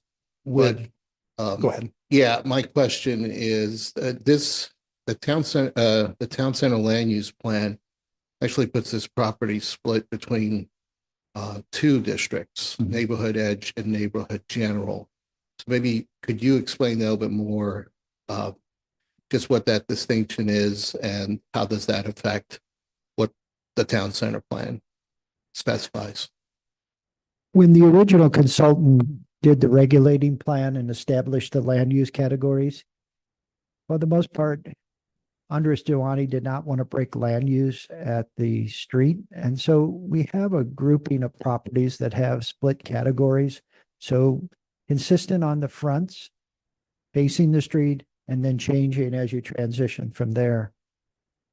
What the city has done, and this was for the most part agreed to by the consultant team, that being Andres Giovanni and others, is that the dominant land use category would be premised on the design plan for the site. And so if the neighborhood general needed to increase because a higher density residential is appropriate, it could. If a single family detached proposal on individual lots was submitted, then the neighborhood edge could be increased. So in this particular instance, the project is, for all intents and purposes, neighborhood edge, the most restrictive residential category in town center. And that restrictive residential land use category does allow for the R4 7,500 square foot resident district. In fact, that's one of the principal zoning district designations that's been used in town center. Saying that, other factors that go into the discussion, stormwater management and facilities, public space requirements, setbacks, road improvements and road dedications, and the surrounding pattern of land use. As you can see from the images, almost all of the existing dwellings, their front onto Etherton Road. And so we'll be breaking that pattern if this particular project was authorized as presented, meaning we would have the side of a house facing the main street, so to speak. So we look at a combination of factors before we make a recommendation for the consideration of the commission. Right, thank you for that explanation. Any other questions? All right, I think we're good. If Travis, if you want to give us the speaker, let the speakers come forward. Okay. Thank you.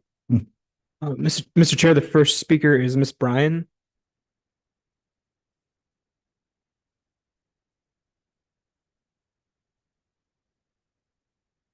It's kind of painful. Good evening. I'm Sandra Bryan. I live right next to this project on Etherton Road. My property has gone through a lot. Can you just give your address? Oh, please? I usually don't. Do I have to? Okay, it's 2534. Okay, all right. That's fair. Okay. No problem. My property is next to this 3-acre lot. Building 9 houses on this 3-acre will look ridiculous and create more problems than we already have on Etherton Road. There would be more flooding and erosion. The house across the street from this property has a deep ditch next to it that catches the water runoff. That was not an option for me. I had to put in $16,000 on my property to fix the water runoff. A swale and lots of drain tile was put in by Chesterfield Landscape. My contractor on the project said flooding is a big problem in subdivisions now. But we have even bigger problems on Etherton Road. There is no room for improvement for sidewalks, street lights, widening the road. The electric poles are old and adding to them will cause more stress. I suggest all of the council that have not looked at this location physically go there and see it in person. Look at Crestview too, please, while you're at it. Voting on this without seeing the property first is criminal, in my opinion. There needs to be laws put in place so potential builders cannot change zoning to fit their agenda. What happened to the only one single home can be built on 3-acre lot rule? Huh? What happened to that? I would be fine with that. One house, not 9 houses. Builders buying on property worth hundreds of thousands of dollars, then expecting zoning to be changed needs to stop. It's time Wildwood goes back to the way things were done. These builders are not about progress, only profits. And voting on this in TB will send a strong message on future builds. There should be no priority over the people's opinions in these meetings. Let's not let this drag on for years like the TB project. Thank you for your time. Thank you for your comment. Mr. Chair, the next speaker is Ms. Link.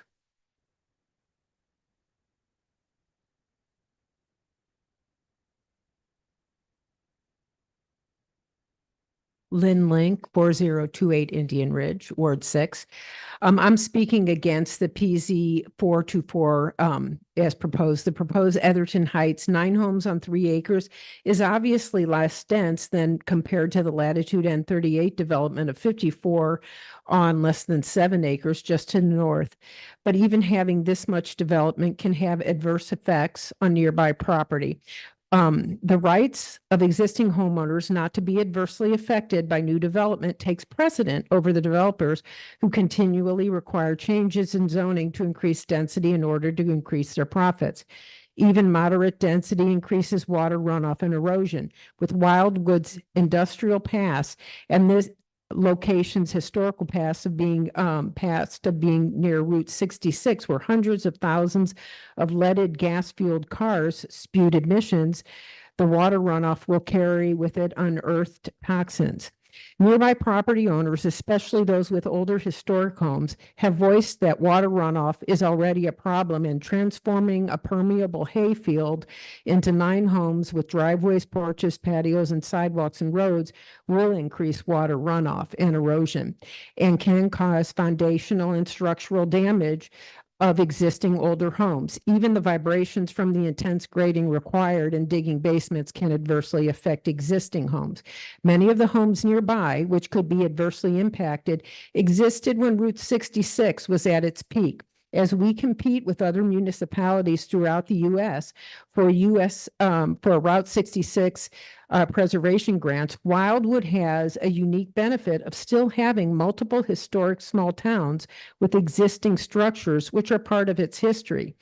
These small towns show the most accurate depiction of how they flourished with the creation of Route 66 and sadly how they declined along with it.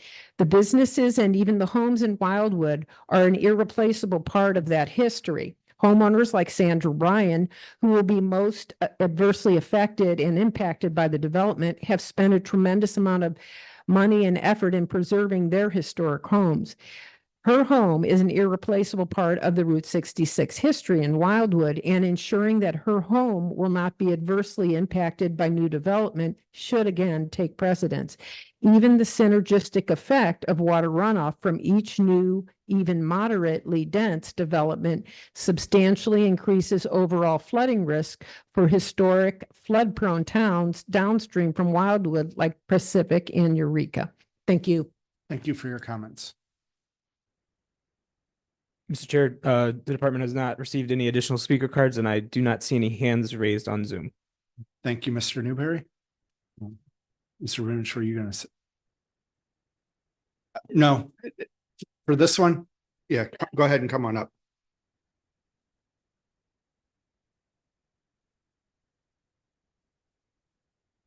I'm Marilee Douster. I live at 16910 Near Acres Drive, which is the street to the north of the property you're talking about.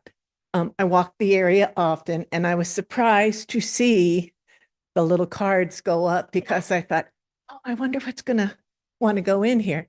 And when I saw 19 homes on 3 acres, I live on 3 acres. I'm thinking, how can that be? Nine. 19. How could I put 9 homes where I live and still feel comfortable on my property? So I guess I'm also worried, like the lady back there, the traffic for Etherton Road. It's already hard with all the population that we have on there now. People are good. The policemen always put up the little electronic measure your speed, and that's awesome. But I know a lot of people break that. So I just wanted to say I'm worried. And I'm sure other people, especially my neighbor who's Denny Portner, whose property, his side of his property will back up to this whole thing. I'm surprised he's not here. That's my take. Thank you for listening. All right, thank you for your comments.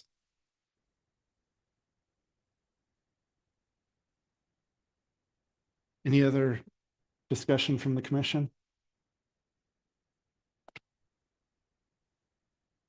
Mr. Chair, if there's no questions from the commission or any public comment, the department would ask for a motion to close the public hearing. All right, seeing that, motion to close the hearing. All right. Motion by Commissioner Clayton, second by Commissioner Rubus. Any further discussion? All those in favor say aye. Aye. Aye. Any abstain? Motion is closed. Thank you. Mr. Chair, one more interruption and my apology. Just so everyone knows, the earliest the department's recommendation report on this particular matter that would be presented to the Planning and Zoning Commission would be October. Thank you, Mr. Vernich. All right, let's see here. Next on the agenda, we have PC 39-94, the Grover Company, Mr. Newberry. A request regarding St. Louis County's PC 39-94, the Grover Company, amended C8 Planned Commercial District, Town Center Workplace District, north side of Manchester Road, east of Etherton Road, street address 16917 Manchester Road, locator number 24V540163, which seeks a modification to the existing site-specific governing ordinance to allow the permitted uses authorized as part of this existing 3-acre property to include the operation of a commercial kitchen within the existing building, Ward 8. Thank you, Mr. Newberry. Mr. Vernich. Thank you again, Mr. Chair. Mr. Chair and members of the Planning and Zoning Commission, as you may recall at the public hearing that was held on this matter on August 5th, the department respectfully requested permission to prepare the report in letter of recommendation form to accommodate some tight timelines relating to occupancy. And so tonight, the department has combined its typical information report with recommendation into a draft letter of recommendation. At the conclusion of the department's presentation and any questions from the commission, the department will be respectfully requesting final action on this matter. Before you tonight is a draft letter of recommendation that supports adding a commercial kitchen to this existing business that's located on Manchester Road in the Grover Historic Community. The commercial kitchen is for Becky's Salsa and Chips, a single entity small business that provides this amenity typically at farmers markets, fairs, and other events of that nature. Previously, the business was located in a commissary in Benton, Missouri. There were issues relating to the extension of the lease, and an opportunity arose to allow this business to use a kitchen inside Lucky Dog Central. Lucky Dog Central, as you know, is a business that is retail in nature and also is becoming a cafe that offers coffee. The department has considered the request and believes that allowing such under the provision that is established in the attachment B would have minimal or no impact on both the surrounding area nor the existing business itself. Given the hours of preparation relative to the other business and the limited nature, a single entity with one employee, the department believes that all in all, the establishment of this commercial kitchen at this location would be a benefit to both businesses and good for economic development in the city of Wildwood. Therefore, tonight you have a favorable recommendation before you. If there are any questions or comments, Mr. Pryor, Mr. Newberry, Ms. Ripto, and I are available to try to answer them. Thank you. All right, thank you, Mr. Vernich. Commissioner Helfrey. I make a motion to accept your recommendation, and I also have a question if the motion is seconded. Sir. Second by Mayor Garitano. All right, go ahead with your question. Mr. Vinich, on the last page that I have printed, it said permitted uses and you have red wording. And it says single entity commercial kitchen. And then it also states with no more than one employee in association with it. Is that going to be a law or not a law, but the rule that says there could only be one employee? Relative to this, the conditions that are identified herein, they actually become part of an ordinance. So they become a law or regulation, yes. So I guess my question is, once again, I support the recommendation, but I'm just curious. Can we do it without stipulating that there's only one employee? Because I guess if they had, they needed help one day with something and there were two of them, would they be essentially breaking the law? Well, it depends. If the entity is an individual just volunteering, a family member, so to speak, no. But if Becky's Chips and Salsa were to hire somebody and pay them compensation, then yes, that would be two employees under the determination of the department in this wording. The department is not necessarily trying to be against the commercial kitchen at this location. For the most part, I believe this is how it was described to our Board of Adjustment when they considered the request. It would just be Miss Becky there with a blender and other items creating the salsa and chips. And so from that perspective, the department took it at face value and replicated that as part of the governing ordinance. So if she canceled her business, let's say she did it for a year and then she won the lottery and stopped doing this salsa stuff. If they wanted to then offer the space to someone else again, it would have to go through the process from beginning to end again? No, again, the zoning is blind, so to speak, to the individual business. The individual business would just have to be, again, a single entity commercial kitchen, a single individual business or organization with no more than one employee. So it could be any mix of different food preparers, but not necessarily more than one food preparer. All right, thank you for explaining that. Mayor Garitano? Yeah, maybe to follow through on that, and that doesn't include the Lucky Dog business side of it where they make coffee and.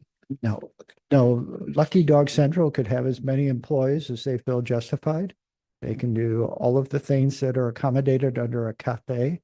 And so from that perspective, they are not restricted by this change. So the restriction based on perhaps the size of the kitchen, or was it just based on what you had just heard? Primarily, it was based upon the testimony provided to the Board of Adjustment. And also as a business grows and employees are added, we do need to be cognizant there's just a limited number of parking spaces on that site. And those parking spaces are premised on the retail, but more importantly now the cafe option, which is intended to have a soft opening around the same time as Celebrate Wildwood, that September 21st weekend. So maybe a hypothetical, let's say Miss Becky's gets a big order of chips and she needs to bring in someone to help her make those chips and salsa. Maybe we could accommodate that. Could we amend it to allow perhaps 2 or 3, just so that business is not restricted, that's trying to make it. Certainly. Again, I think that from what I understand from, again, the Board of Adjustment meeting, I believe Miss Becky's there very early in the morning preparing all of these things, probably not during the core retail or cafe hours. So yes, if the commission wanted to increase the number of employees to 2, 3, that's certainly something that can be done with an amendment to the motion. And that's what I was thinking of, that, she's probably going to be off hours to stay out of the way during the coffee business, but she had to, say she got an order to make chips for an occasion. It would probably make it easier to adjust the ordinance. And that's where I think the parking would not be an issue if she's working at off hours or whoever is helping her. As a business, I would hope will continue to grow. Certainly, and that's the goal here. That's why the department and our city administrator supported the Board of Adjustment granting that 90-day window, as well as a favorable recommendation tonight. Yeah, and then add, I think right now Miss Becky's primary venue of sale is farmers markets and other events. So she's already got that business going there. Right. So if the business takes off at Lucky Dogs, to folks go there and perhaps decide to get some chips and salsa, she might need to make more chips. I think the owners of Lucky Dog may be the greatest threat to her business, eating all of the profits, so to speak. There might be some dog chips. So I mean, along those lines, was Lucky Dog themselves not given a right to a commercial kitchen by themselves, or? Well, it's how you define commercial kitchen. Obviously, the owners of Lucky Dogs Central can use the can use the existing kitchen on site for any purpose. Huh. Commercial kitchen is one where the entity preparing food in it is not operating at that location. Okay, so basically, in essence, we're allowing a small scale food manufacturing plant right there. Guess that's a good way to describe it. Yes, Okay. And so that's why we're having to write this separate ordinance. correct. Again, nothing in this particular recommendation precludes Lucky Dog Central from doing all of the things they need to do to have a successful cafe. Okay, so they can create as much food as they want. Yes. Oh, gotcha. All right. Commissioner Rubus? Is the same entity owned? No.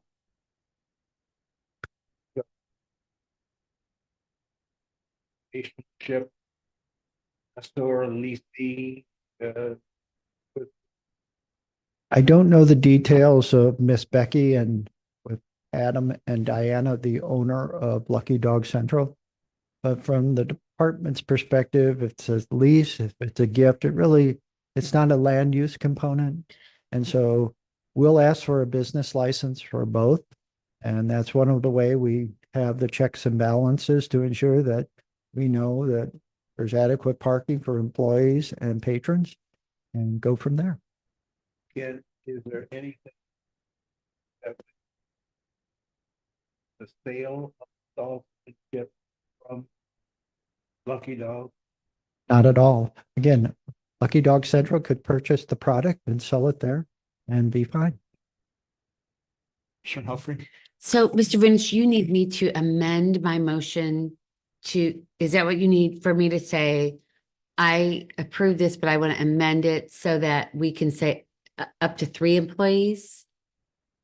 You can make a motion to amend your motion to include the amendment to the ordinance. All right, that's what he said. And he said it very well, I think. You're in agreement? All right, so And, excuse me, Ms. Selfrey, did you give a specific number, 2 or 3? I think, Mr. Garitano, what do you think? I think 3 would be good. I think that would be fine, given that we know of one, but it Right. allows it so that, the business can thrive. And then could be revisited if for some reason it exceeds. all right, so we have a motion on the floor. Any further discussion? So just to make sure, Ms. Helfrey made a motion to amend the motion on the floor to change the number of employees from 1 to 3. I think we're voting. And The amendment only. And Mr. Clayton seconded that. Oh. So we can do a voice vote on the amendment. All right. So all those in favor of the amendment, say aye. Aye. Adjourn made by Councilman Proctor, second Any opposed? Marshall, it's not. Any abstain? All right, the amendment passes and now Now roll call the- vote on the Yep. motion. Thank you.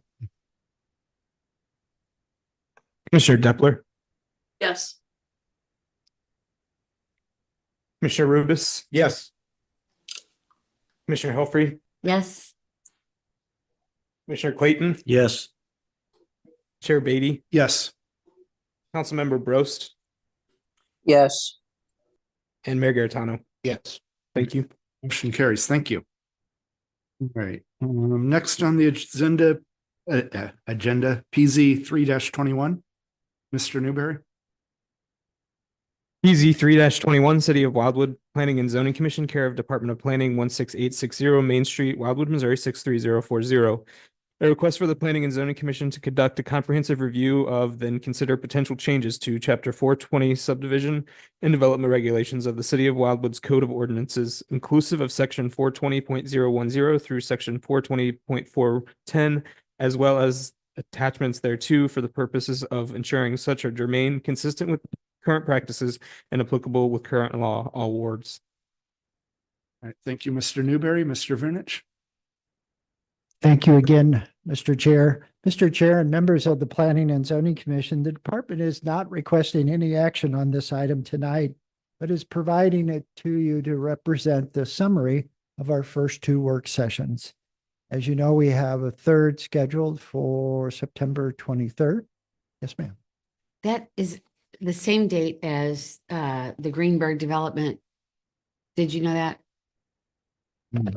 Oh, so if the one that's PZ 20 and 21, when I read it, it said, You're correct. okay, Yeah. According to Mr. Newberry, who knows better on most of these things, I think we planned it that way. okay, So just want to make sure. at the conclusion of our second work session on the regulations, I mentioned that the remaining items aren't as necessarily as meaty as the other ones that we've covered in the first two. So I think I'm trying to be cognizant of that, but thank you for reminding me. I appreciate that. So without making any changes to the schedule right at the moment, and I will say the site plan components are more important right now than having the third work session. So regardless, when we get to that item on tonight's agenda, I'll be advocating for proceeding with site plan subcommittee meetings that night. Just again, from the perspective of the department, we've had two really good conversations in work session regarding our subdivision and development regulations.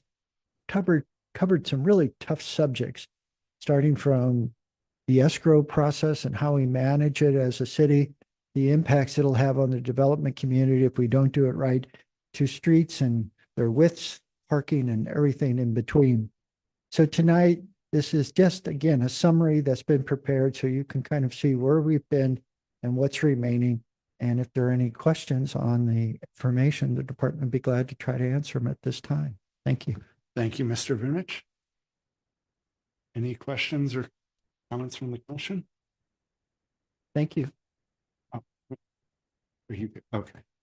All right. In that case, moving on, PZ 118-92, St. Louis Nursery Partnership. Mr. Newberry.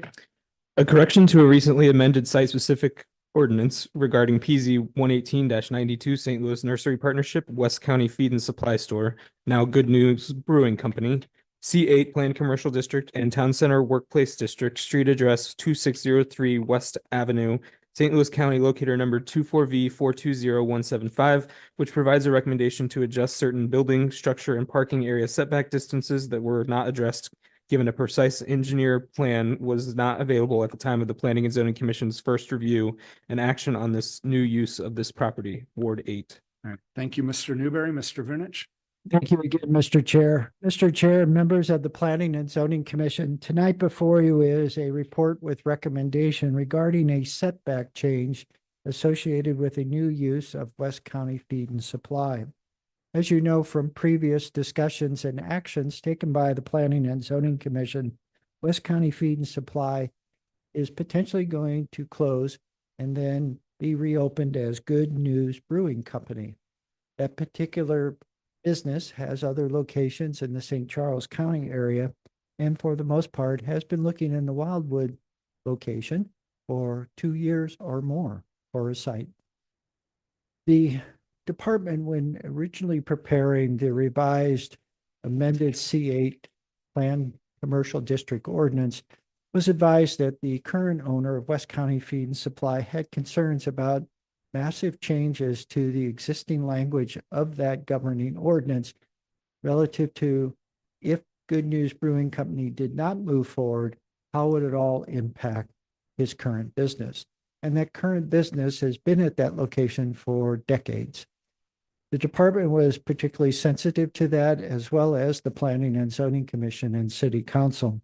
Therefore, the minimum number of conditions were changed from the current activity to accommodate the new permitted use. One of those items was a setback clause. And for the most part, as referenced in the advertisement, we didn't have the detailed engineered plan that's available now. And so the department did not change any of the setbacks relative to West Avenue. One needs to be changed relative to the parking and its proximity to the edge of right-of-way. And so as part of the proposed change, the department is recommending that at least in terms of West Avenue, no building or parking stall shall be located within 10 feet versus 50 feet. And then obviously nothing changes on Manchester Road. So tonight, the department is requesting the authorization from the Planning and Zoning Commission to present this favorable recommendation to City Council for its review and action. And again, the department feels, again, being cautious that that setback was not modified, but again, we now have better information. Thank you. Thank you, Mr. Vunich. You said it goes from 50 to 10? Yes. All right, it wasn't, just clarifying 50 versus 15. Yes, and what ended up happening is when St. Louis County approved the ordinance, they used a blanket 50-foot setback along Manchester Road and wrapped it down West Avenue. And quite frankly, I think there are probably a couple of parking spaces already within that 50-foot distance from West Avenue. But again, the department was cautious and did not want to change any of the conditions that might negatively impact the current business. We have this much better and improved engineered plan now that clearly indicates that we have a couple of structures and a few of the parking spaces within that distance. The intent, again, is to place those structures and parking along West Avenue, public right-of-way, and orientate all the activity toward the west, away from the residential areas that have been described, Old Grover Crossing, Townsend Windrush, et cetera. And I'd like to think that the commission, through the department and then city council, have done all they can to address the noise issue at this particular location. And again, we're working on the one at Wildwood Pub and Grill. Thank you, Mr. Vunich. Commissioner Helfrey? I make a motion to approve your recommendation.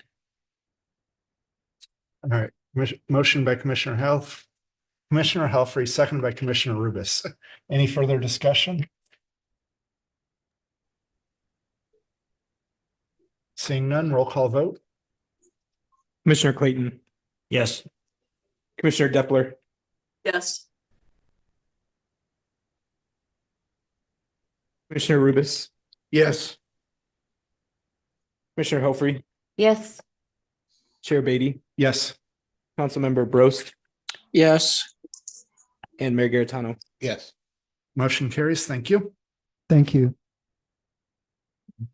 Next on the agenda, PZ 16-07, Mr. Newberry.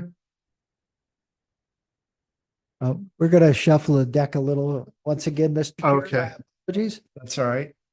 A recommendation of the Department of Planning to the Planning and Zoning Commission regarding PZ 16-07 Verizon Wireless, care of Dolan Realty Advisors, LLC, new non-urban resident district with a conditional use permit, CUP, east side of Route BA, south of Pond Road, which would authorize the installation of a single set of antennas on the exterior sheathing of an existing 115-foot tall telecommunications tower with associated equipment area, which is located on the campus of Rockwood Valley Middle School. This particular property is located in Ward 1. Thank you. Thank you, Mr. Vunich. Mr. Newberry. Thank you, Mr. Chair. Mr. Chair, members of the Planning and Zoning Commission, the department's prepared for your consideration a recommendation report regarding a site development section plan for a telecommunication tower that Mr. Vunich just described into the record, located at Rockwood Valley Middle School. Earlier this year, the commission was asked to consider an amendment to the governing conditional use permit to allow for exterior arrays. Currently, the tower is a stealth pole with no exterior equipment, all enclosed within a monopole. So that amendment was requested again earlier this year. The commission supported the amendment to allow the exterior arrays, understanding the new technology, advancing technology with 5G requiring more space for these types of antenna that simply wouldn't fit inside of the pole.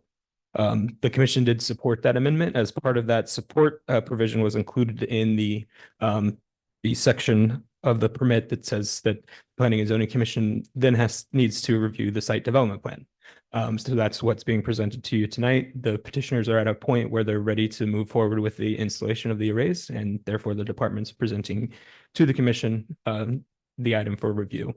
Nothing has changed from what was presented as part of the packet for the amendment consideration earlier this year. This is just an additional step in the process that we just give the commission another chance to take a look at it before they move forward with the construction. So the department is recommending that the commission support the site development plan as presented, and the department's requesting a motion and second to support the site development plan. Thank you, Mr. Newberry. And we're available for any questions. All right. Discussion or motion?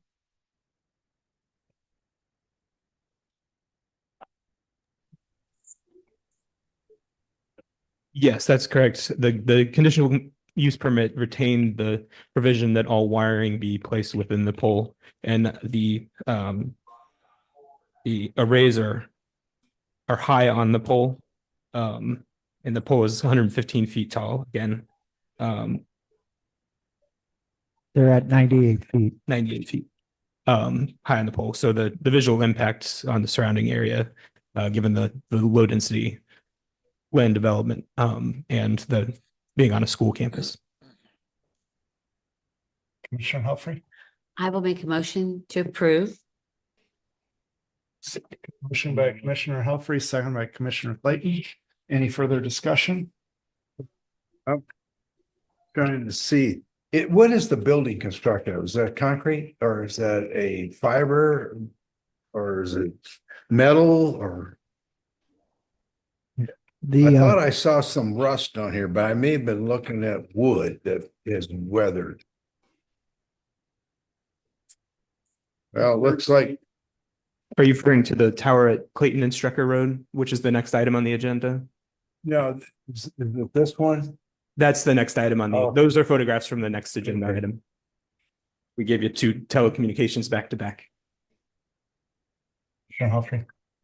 I have a question, and I don't know that it really has anything to do with this. It just seems to me that there's a lot of telecommunications in a very small area.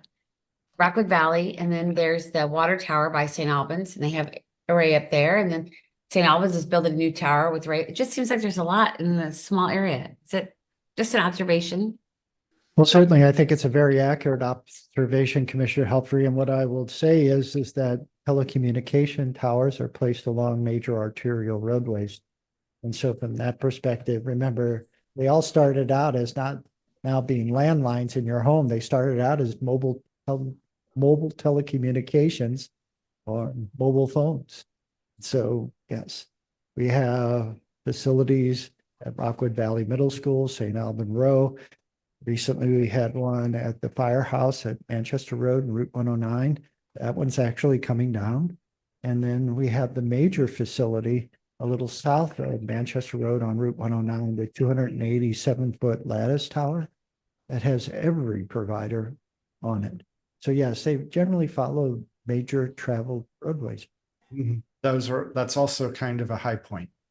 Very much so. They also, like the chair mentions, they can find a high point in a vicinity that shoots the signal further. That's even better. Are any of them going to make me be able to stay on the phone on Strecker Road, hands-free? I would say that this particular facility probably can't promise you that. Are you talking going around the bend just south of Shepherd? Yeah. That's kids. Yeah. So weirdly, for me, it used to be when I was with T-Mobile at Wild Horse and 109. I would always lose coverage right there. And that seems weird to me being at the top of the ridge, but. Well, on the record, we are all hands-free up here. It's on the record. Tell you though, is along Wild Horse Creek Road, the airport plays a big role in tower location, tower height. Okay. Yeah, that makes sense. Yeah. All right. So that'll dent your air. Just a little bit. Mr. Rubus, as a pilot, I assume you like to hit things in the air. Not the big hard things. All right, so we'll go ahead and we have a motion and a second, so we'll go ahead and do a roll call vote on this one. Commissioner Rubis. Yes. Commissioner Helfrey. Yes. Commissioner Clayton. Yes. Commissioner Depler. Chair Beatty. Yes. Councilmember Brost. Yes. And Mayor Garitano. Motion carries. Thank you. All right, so now the other telecom tower, PZ 16-99. Mr. I will be reading it in, and Mr. Newberry is our telecommunications tower expert tonight. An assessment and recommendation of the Department of Planning to the Planning and Zoning Commission regarding the corrective steps that were identified by the city for an existing telecommunications tower, an existing equipment shelter relative to an existing conditional use permit, CUP, in the amended CA Plan Commercial District, parenthetical PZ 16-99, Sprint Spectrum LP.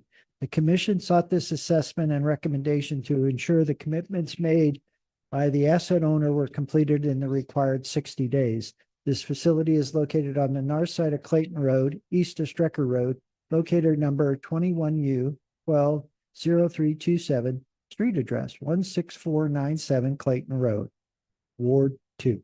Thank you. Thank you, Mr. Vinich. Mr. Newberry. Thank you, Mr. Chair. Mr. Chair and members of the Planning and Zoning Commission, the department has prepared for you an update item on what was just described into the record. Again, this is regarding the cell telecommunication facility located at the intersection of Strecker and Clayton Road.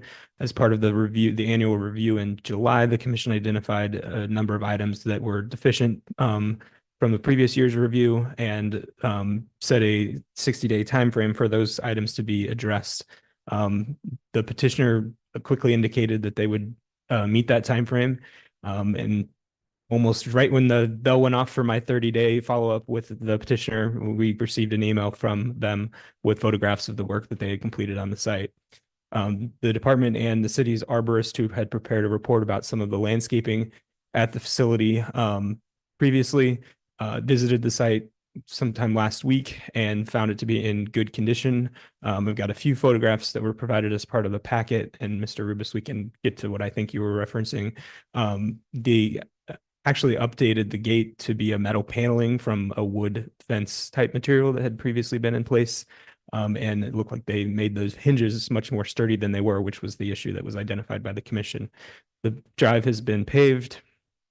Some of the grading at the site has been restored. That was identified by the arborist.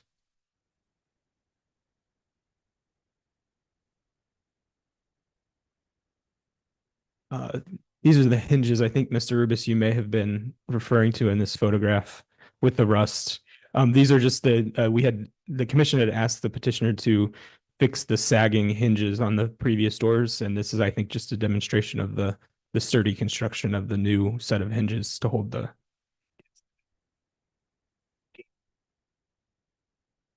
I believe so, yeah, based on the site visit, yes. And then some of the landscaping was addressed at the direction of the city's arborist.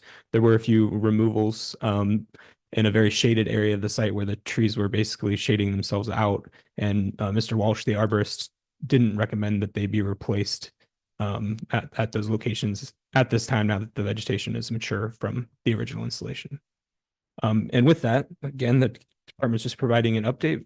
It believes that the site's in compliance with the items that were identified, and the department is just asking for a motion and a second to reaffirm the annual renewal of the facility with these items now being addressed. Thank you, Mr. Newberry. And we have a motion by Commissioner Rubis. There's a second by Commissioner Clayton. Any further discussion? All right, seeing none, roll call vote. Commissioner Helfrey. Yes. Commissioner Clayton. Yes. Commissioner Depler. Commissioner Rubis. Yes. Chair Beatty. Yes. Councilmember Brost. Yes. And Mayor Garitano. Yeah. Thank you. Motion carries. Thank you. All right, so let's see here. Next, Mr. Newberry, PZ 20 and 21-22. A request scheduling of a site development plan subcommittee meeting of the Planning and Zoning Commission on a non-Monday date, which would be either Monday, September 16 or 23, 2024, for the first consideration of the site development plan package for the PZ 20-21-22, 20 and 21-22 Greenberg Development Company LLC, Wildwood GBK LLC, PO Box 486, Wildwood, Missouri 63038. Second amended C8 Plan Commercial District, amended C8 Plan Commercial District with the conditional use permit, CUP, C8 Plan Commercial District, southwest corner of Taylor Road and Main Street, thereby accommodating such to address the possible issuance of a grading permit before the winter season blackout period begins on November 1, 2024, Ward 8. All right, thank you, Mr. Newberry. Mr. Vinich. Thank you again, Mr. Chair.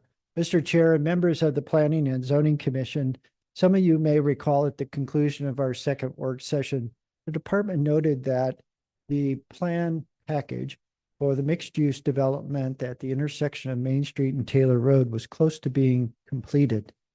That particular development has been one that has been elusive as well over the course of a number of years.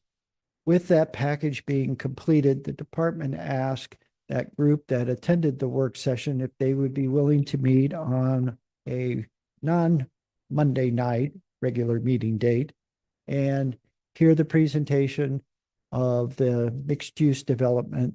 And then I also mentioned the possibility Good News Brewing Company would be ready as well. Therefore, that group, at the request of the department, concurred that September 23rd would be the best date for this potential meeting. And there was a consensus on that date. Therefore, tonight, the department is formally requesting that the site plan subcommittee, 4 or more members of the 10-member Planning and Zoning Commission, meet on September 23rd, hear presentations relating to the mixed-use development and potentially Good News Brewing Company. Courtesy of our Commissioner Helfrey, we'll work out the conflict with the other item as well and make sure that it's clear what we're doing and why we're doing it. Thank you. All right, Commissioner Helfrey. Mr. Vinich, I just have a question on something I was reading in here. It's something that I read in this report. It said that the single family detached builder has backed out. And so my question is, even though they don't have a builder, will that portion of the site plan still be left as zoned for single family homes, that corner? Yes, the zoning associated with that particular portion of the lot that would have accommodated up to 14 home sites remains unchanged. However, the department has asked Stockton Associates, the engineer of record, to remove the lots and any references to those lots. I don't want the commission to basically receive a plan set for 14 lots and homes when there's no development entity associated with it. And for the most part, basically taking it on their word. That portion would come back when a developer has committed to the project and submitted their own plan. But that portion of it is zoned Yes, as, single-family detached dwellings on so individual lots. that's firm, so that stay going forward. Okay, I just was just curious. Thank you so much. That is governing ordinance. Hopefully that makes it easy for someone. Very much so. The department isn't trying to create an obstacle. It's just that if you see the plan and ultimately approve that design, and it isn't the design the next developer of homes is find suitable, then we're kind of back at it again. And it's just easier, I think, to let the developer look at the site with a kind of a blank page, make the best use of the conditions that authorize the homes, and then bring it forward to the commission with a commitment that this is what we want to do. I only brought that up because one of my personal gripes is with the master plan versus the underlying zoning. We get comments like we had tonight that are freaking out that we're letting smaller than 3 acre lots happen in the town center where the plan says it's zoned for dense residential. I can assure you, before September 1st, 1995, there was a discussion underway with the group that ultimately would be the appointed city council. The town center was an option they wanted to pursue.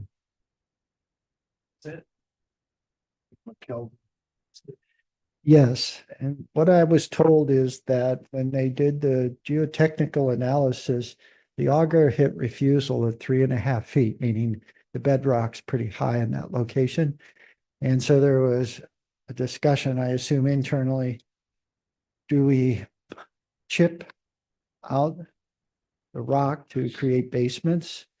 And the cost of that spread over only 14 homes, I assume was too great. And that's just an assumption.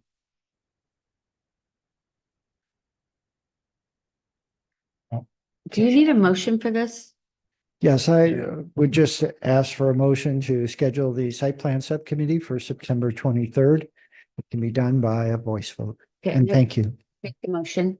Okay, motion by Commissioner Helfrey, second by Commissioner Clayton. Any further discussion? All right, all those in favor say aye.